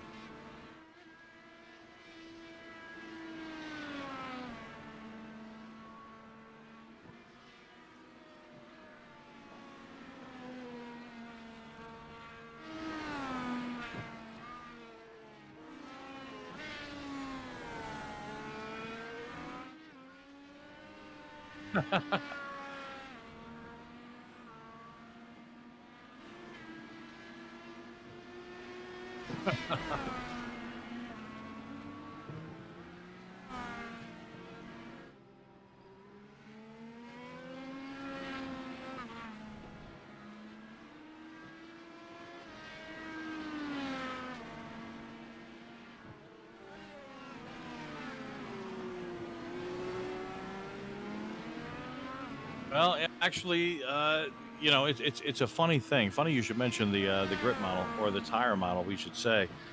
The tire model was, I don't want to say abysmal, but the tire model for the IR-18 was where if you got the back end, let's say 6 or more inches wide, if you kicked it out 6 inches or more, there was no saving the car. And the funny thing is, a bunch of the so-called quote-unquote expert iRacers, such as myself and a handful of others who love the Indy cars and love the IR-18 in particular, we would complain to iRacing about that and say it's impossible to save the car once you got it sideways. It was just gone. And it really fell on deaf ears by iRacing. It was almost as if iRacing was saying, you know what, you guys are just sim racers. You don't know what you're talking about. But once the real IndyCar drivers started racing these, COVID hit, and of course you had the iRacing series, the IndyCar Challenge, whatever they called it, and then you had real IndyCar racers like Joseph Newgarden and Connor Daly, and really all of them. They echoed what guys like me and a lot of the top iRacing drivers who love the IndyCars were saying. And all of a sudden, Roger Penske stepped in and said, you need to do something about this. And sure enough, iRacing said, oh, okay, it's the captain speaking. And iRacing finally came out with a new tire model that is much more forgiving than it was. So we, as IndyCar lovers, finally got our wish and they came out with a much more forgiving tire model for the IR-18, so it's not nearly as bad as it used to be. You can actually get the car sideways and save it, whereas it used to be where, if, like I said, if you got the car 6 inches, you were gone. You know, and speaking from a driving perspective a little bit, I was taking the time to drive the Porsche GT3 Cup car earlier this morning. Butch Davis just moved into third, incidentally. Butch Davis. No, But you're go all ahead. right. Yeah, Butch Davis up into third place, cracked his way into a podium spot. You know, What and a comeback. I had What a a comeback. I had a feeling that he might be able to pull that off, and here he is. 7 laps left to go here, and I gotta imagine that he's gonna be able to hold on to that. But That's because Chris Walker came into the pits. Chris has made 3 pit stops. 3 pit stops for this race out of Butch Davis made 3 pit stops, but that's only because he had to come back in because of the damage. But he obviously had pace on Chris. And then we remember that Chris did make that mistake earlier in the race where he got the car sideways around and almost touched the wall. But Butch Davis, with that pace, was able to take advantage as Chris comes back into the pits. Chris Walker now running in 5th place. Lyle Swearingen, 4th place. He's our winner from Iowa. Butch Davis, incidentally, has 2 wins on the season. And our leader, Nate Siefker, also has 2 wins. Chad Simpson running in 2nd place. He's the defending champion of this series, and he has yet to score a victory. So that's interesting as we come into the closing laps. We're on lap 60 of 65. 6 laps left to go here for the Spider Art Gallery 65, presented by Ecency.com. Nate Siefker, our current race leader, having led all of the laps here today at Barber Motorsports Park. It has been a phenomenal race for the 2 machine of Nate Siefker. Chad Simpson, the defending champion, holding on to 2nd place in the 42 machine. You know, and Rick, I gotta say here, it's phenomenal seeing the it's phenomenal seeing the difference between all of our drivers here, the pace that we see both on oval tracks as well as road courses. The difference, you know, the strengths of drivers that we see on oval courses, you know, and carrying it over to road course, it just blows my mind seeing how competitive this field is, both on and off track. Ultimately, you know, seeing all the banter between the drivers, you know, it's phenomenal what these guys put in to this series, and for them to essentially put their words where their mouth is, essentially, and just putting on incredible races week in and week out. I couldn't ask for more. Indeed. Well, let's take a look at the schedule. Following Barber Motorsports Park, where we're at right now, we have Worldwide Technology Raceway. That's, of course, Gateway. That's a nice oval track. That should be a great battle throughout the entire field. And then after that, we've got Road America, which is I believe it's about a 4-mile long road course, the beautiful natural terrain out there at Road America. And then we're going to go to Atlanta, and then, of course, we have an off week. And then we're going to go to Homestead Miami Speedway. After that, another oval at New Hampshire, and then Indianapolis Motor Speedway road course. And then we'll have qualifications for the Indianapolis 500. And then after that, May 26th, we've got the great Indianapolis 500-mile race. I cannot wait for that one. And then we'll wrap up the season at Texas Motor Speedway Oval. Now, what I'm getting at here is that there's a great mix of oval tracks and road courses. To be the champion in this series, you've got to be a master of all of these disciplines.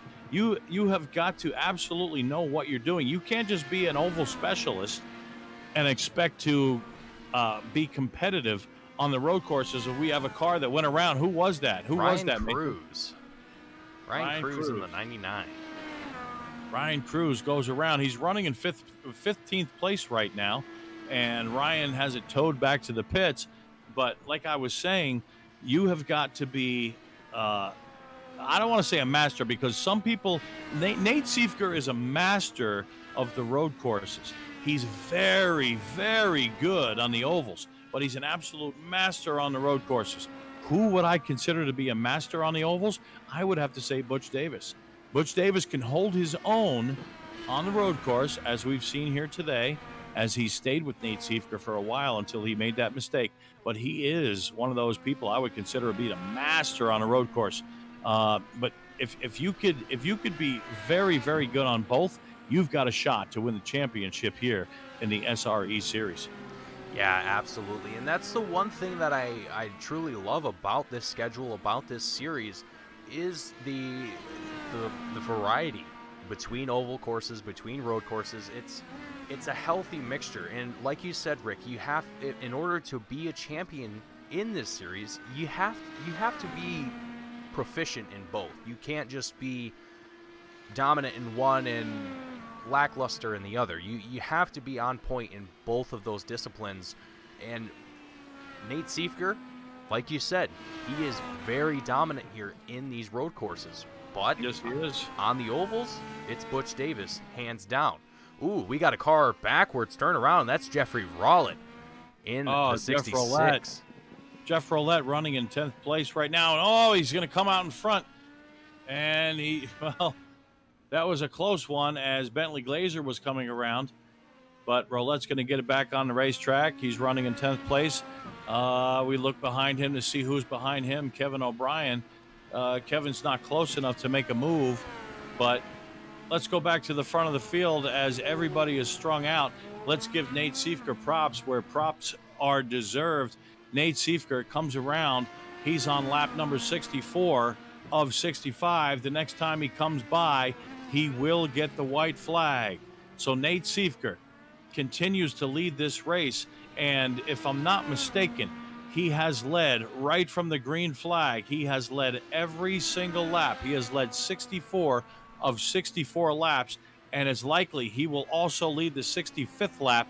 He has 19 seconds over second place Chad Simpson.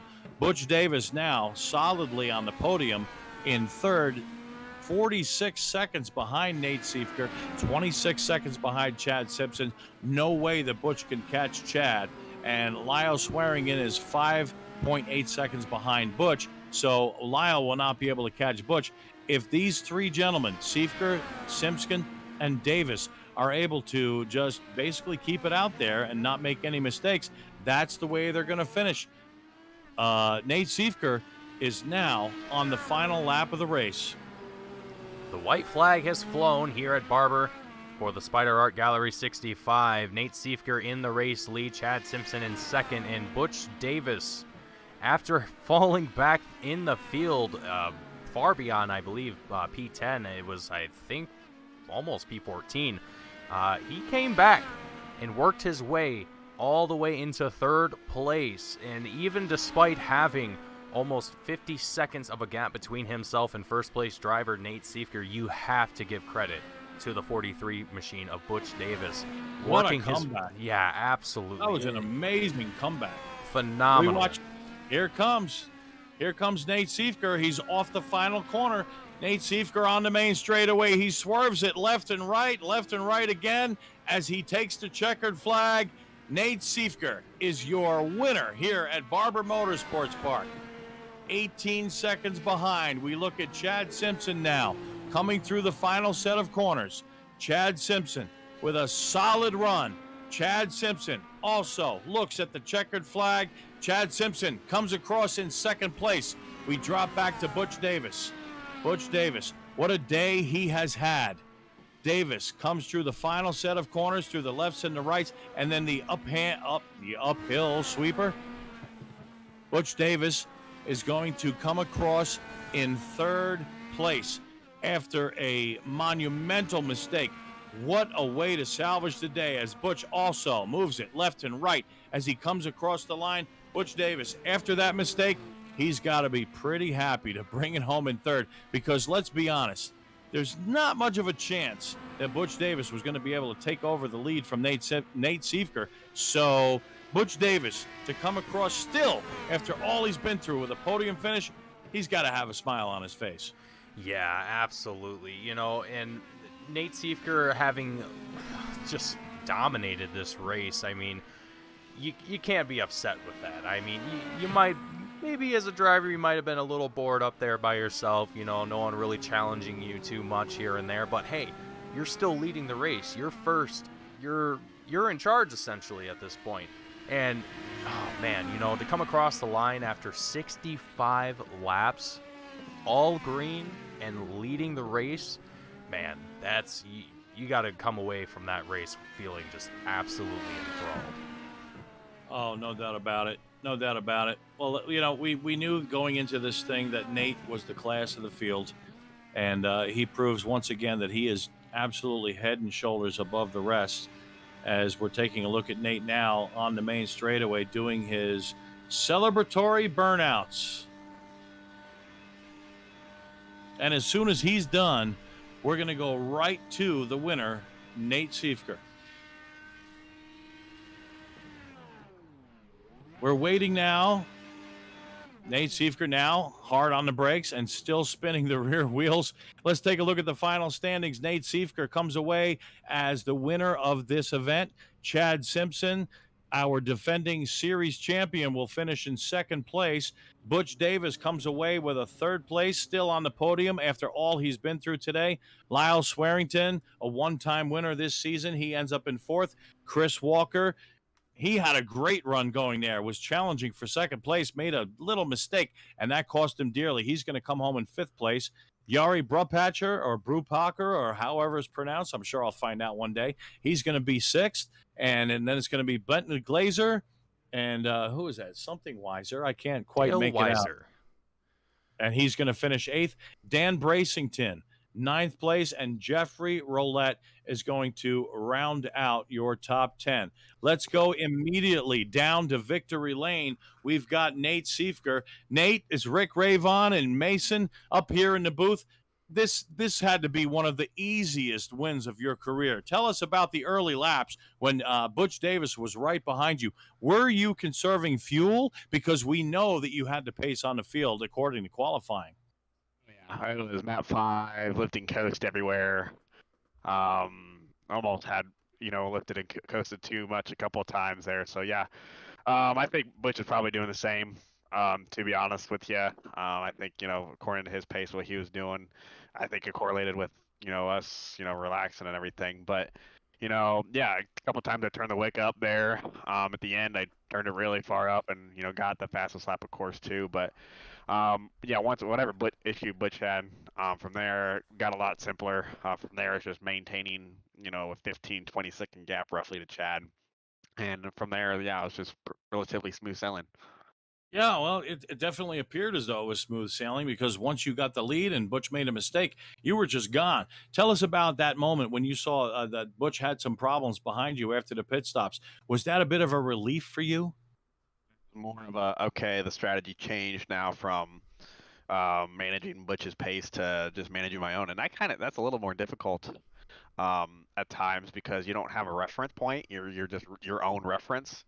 When you're running that out front and nobody's around you, it's kind of difficult at time trying to get to have a reference, and having Butch not there behind was a little difficult. The first 3 or 4 laps without Butch, I was actually one of my slower areas of the race just because I couldn't find that reference point that I needed to hit, and then once I found it was back to normal from there. So it was really just figuring it out where that point was, and then from there, yeah, just managing that pace back to Chad, figured out what pace he was doing. Chris was pushing him decently hard.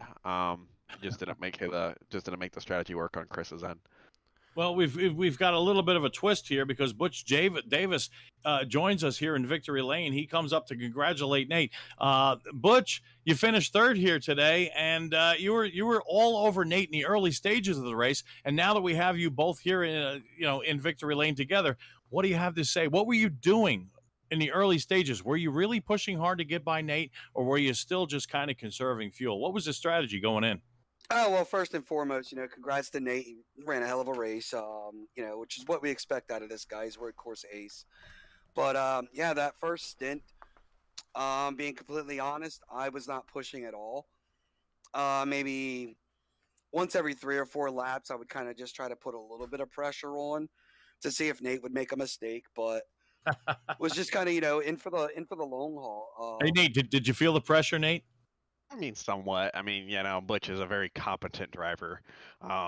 He's not going to make that mistake that some others would. So, yeah, I felt the pressure. I think I handled it pretty well for the most part, but doesn't mean anyone can crack at this. So, yeah, I Well, felt a little bit, we but saw Butch, dive down to the inside, going to the final set of corners. Were you feeling the pressure then?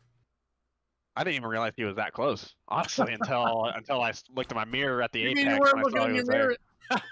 And then I was like, oh, he's right there. And then I had to turn the Oh, mic he's up a right little bit. there. But yeah, that's kind of how it was. And so, yeah, just the lift and coast strategy.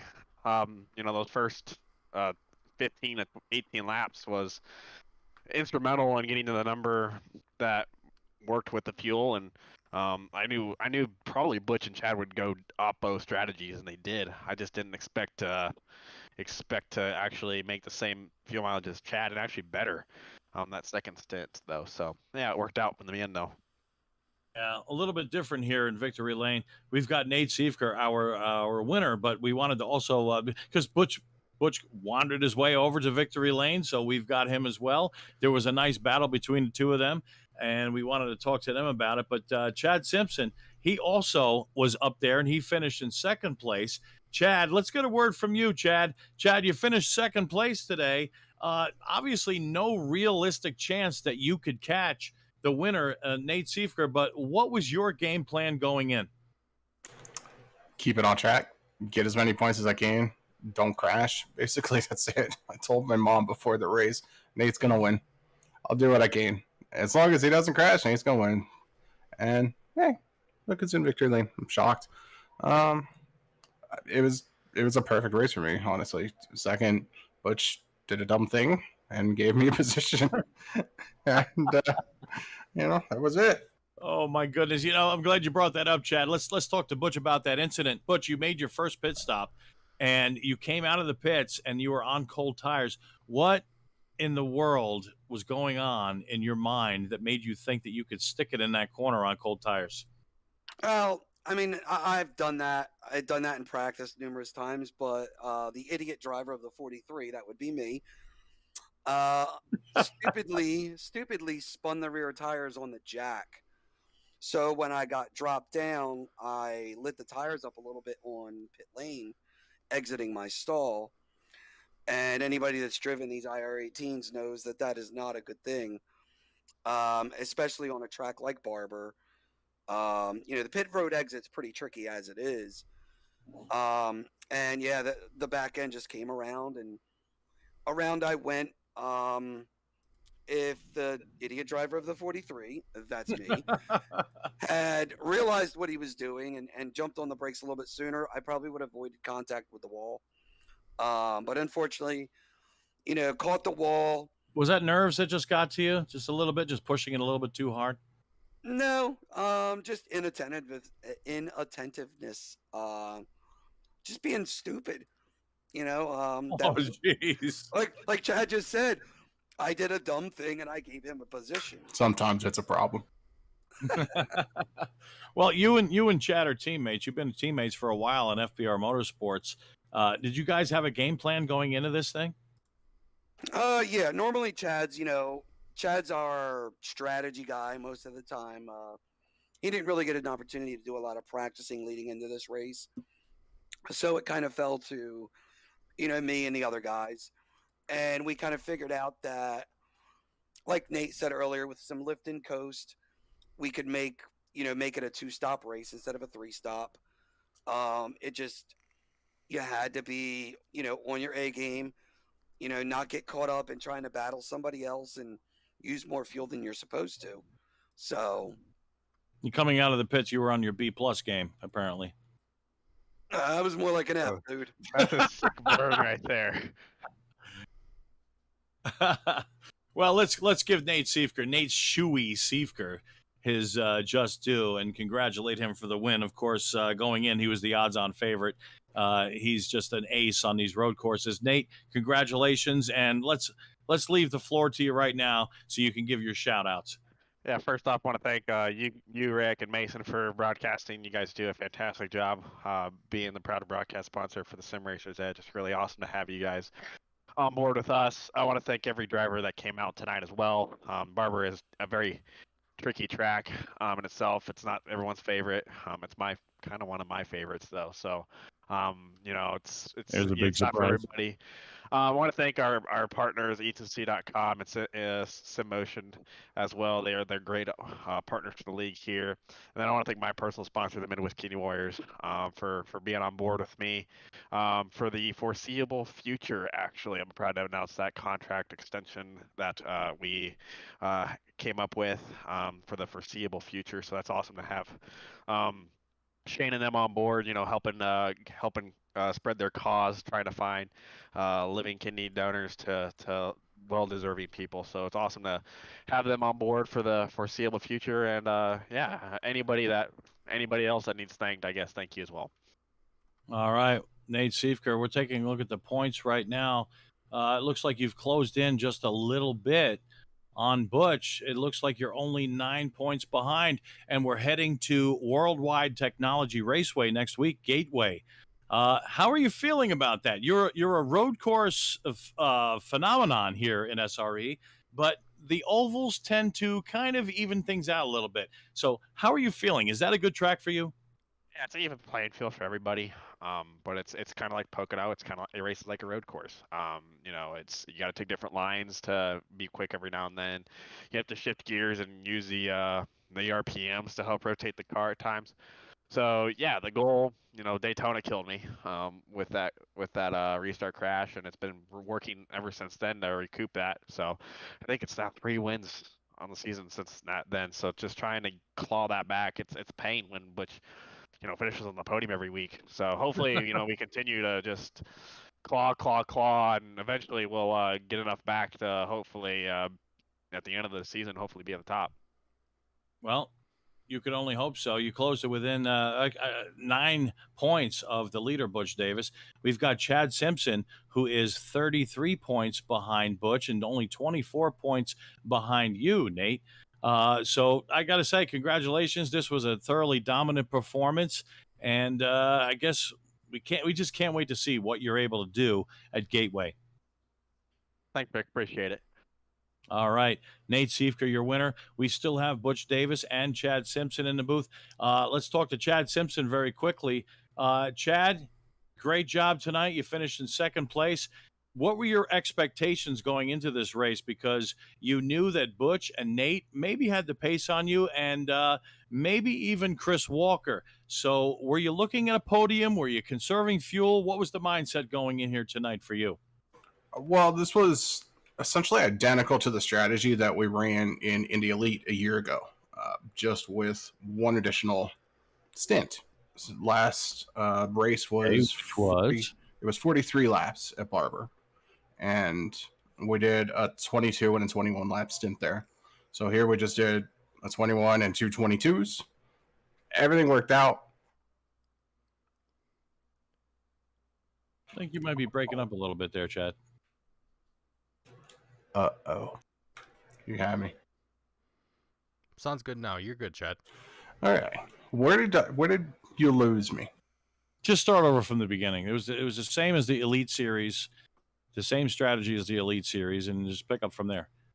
Yeah, so the race a year ago was 43 laps. We did a 21 and 22 lap stint, and this was just an additional stint, basically. So we did a 21 and 2 22s. We had our number. We hit our number, kept it on track. Me and Nate were the only two that finished with 0 incidents, so we get those bonus points. And I'm just trying to get as many points as I can. Well, you are the defending champion of this series. Now, having won that championship last year, do you feel a little bit of the pressure is relieved? Are you trying as hard as you were last season to back it up? I mean, I'm just out here having fun. Like last season, I was also just out here having fun. What happens, happens.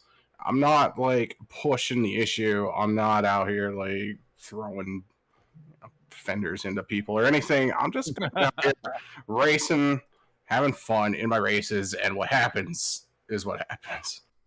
Well, I gotta say that's a pretty good attitude if you want to avoid anxiety. Chad, let's give you the floor now. Thanks and shout outs. Yeah, thanks to Satellite Racing, FBR Motorsports, Butch with his dumb move for giving me an extra position. Congrats to Nate for the win. Simming, Maradness, Ellis Engineering, Nemesis Lab, you guys for putting on the broadcast, everybody at SRE, everybody for showing up tonight. It was a small field, so thanks to those people that came out.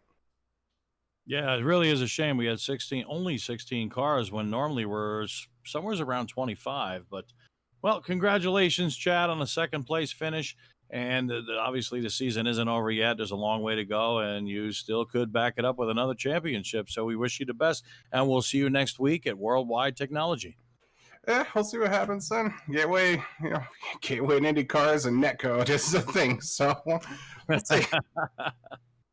All right, that's Chad Simpson. Let's throw it back to Butch Davis, who's still with us here in Victory Lane. Everybody's crowding around Nate Siefker, who has the champagne going, and he's pouring it in his shoe right now. Yep, there he goes. He's doing the shoey. That's what he's known for. Shoey. Yep. Shoe. It's really good tonight, guys, I must say. And there he is. Hey, how does that taste coming out of an old sweaty shoe? Oh, it tastes awful. I rarely recommend you don't do it, honestly. Well, why do you do it? Why do you do it? It's fun. It's fun. It's fun. It just tastes terrible. It's fun to taste that terrible champagne. Okay, we get it. Okay. All right. So Nate Siefker celebrates with the champagne in the shoe. Butch Davis, back to you quickly to wrap things up here. Third place. Nate Siefker closes to within 9 points of you. What is the strategy going into next week at Worldwide Technology? Are you starting to feel a little bit of pressure, maybe? Nah, not feeling any pressure. Just, disappointed in myself for making a mistake like that. As far as Gateway is concerned, go fast, turn left, don't hit any walls. I think that's the best strategy going into that place. Like Chad alluded to, it's a tight little track, and obviously we have the issues with netcode occasionally on iRacing, and just have to be aware of that and keep that in mind when you're racing, wheel to wheel with guys. Well, Butch, you did a great job tonight. It was a heck of a comeback after a monumental mistake. I didn't think you'd even be able to get back into the top 5, but it's a true tribute to your talent and your determination that you still ended up putting that STP oil treatment special on the podium. Congratulations on that third place finish, and onward we go. Do you got any thoughts, any shout outs? Yeah, definitely want to thank our sponsors, easonz.com, SimMotion. Thank you guys up in the booth, all the other administrators, all the drivers, whether they showed up tonight or not. I've said it before. Without the drivers, we don't have a league. Amen. Definitely want to thank, my family for letting me indulge myself in this crazy little That's important too. And say what's up to all my friends that are watching or that are going to watch this. And on to Gateway, and hopefully we don't do the same thing we did tonight and screw ourselves. Well, we're certainly looking forward to seeing how Gateway turns out. These oval track races with SRE, they seem to be barn burners. So we're looking forward to next week. Thanks so much, Butch Davis. Well, Mason, we saw a pretty decent race. We saw some ups and downs. We saw some drivers struggle through difficulties. We saw one driver in particular, Butch Davis, with an amazing comeback to come back to third after a monumental mistake. You got any final thoughts for today? Well, Rick, after 65 laps here at Barber, all I have to say is Nate absolutely killed it tonight. That's yes, he did. The simplest way that I can put it. And he certainly did. For myself, coming here, not really familiar with the track with Barber Motorsports, knowing the name but not the track itself, I was impressed with the racing that I saw here. These drivers absolutely did an incredible job. Butch Davis having a little bit of an issue there out of and that's pit what road. We're looking at right now on the screen. Yeah, as we look at Butch's race progress throughout the race, kind of in slow motion here, just kind of giving people at home something to look at. It was just an incredible race through and through, and for me personally, it just gives me a lot more excitement for the rest of the series, and particularly for the road courses going forward. So, Rick, I was absolutely enthralled with tonight's race, and I'm looking forward to next week's race. I don't remember exactly where it's at, but Worldwide Technology Gateway. Worldwide Technology. So we're going to have more oval action next week, March 24th. Same time, same place, as always. Rick, we're looking forward to it. We're looking forward to it. No doubt about it. It's going to be a barn burner there, Mason. I'm telling you right now, it's going to be a great race. We can't wait. So, as we wrap up things here today, it's Nate Siefker who brings home the victory, followed by Chad Simpson, 19 seconds back.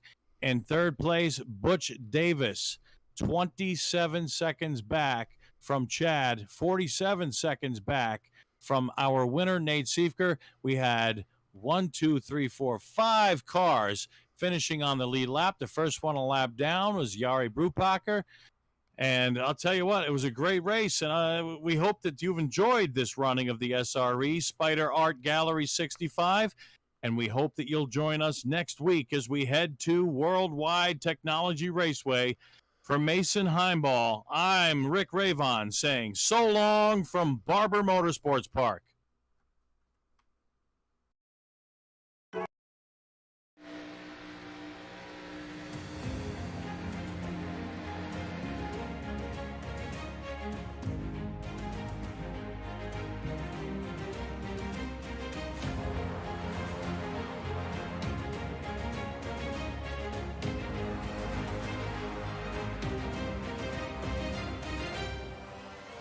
Driver Carrington gets dumped by Benami.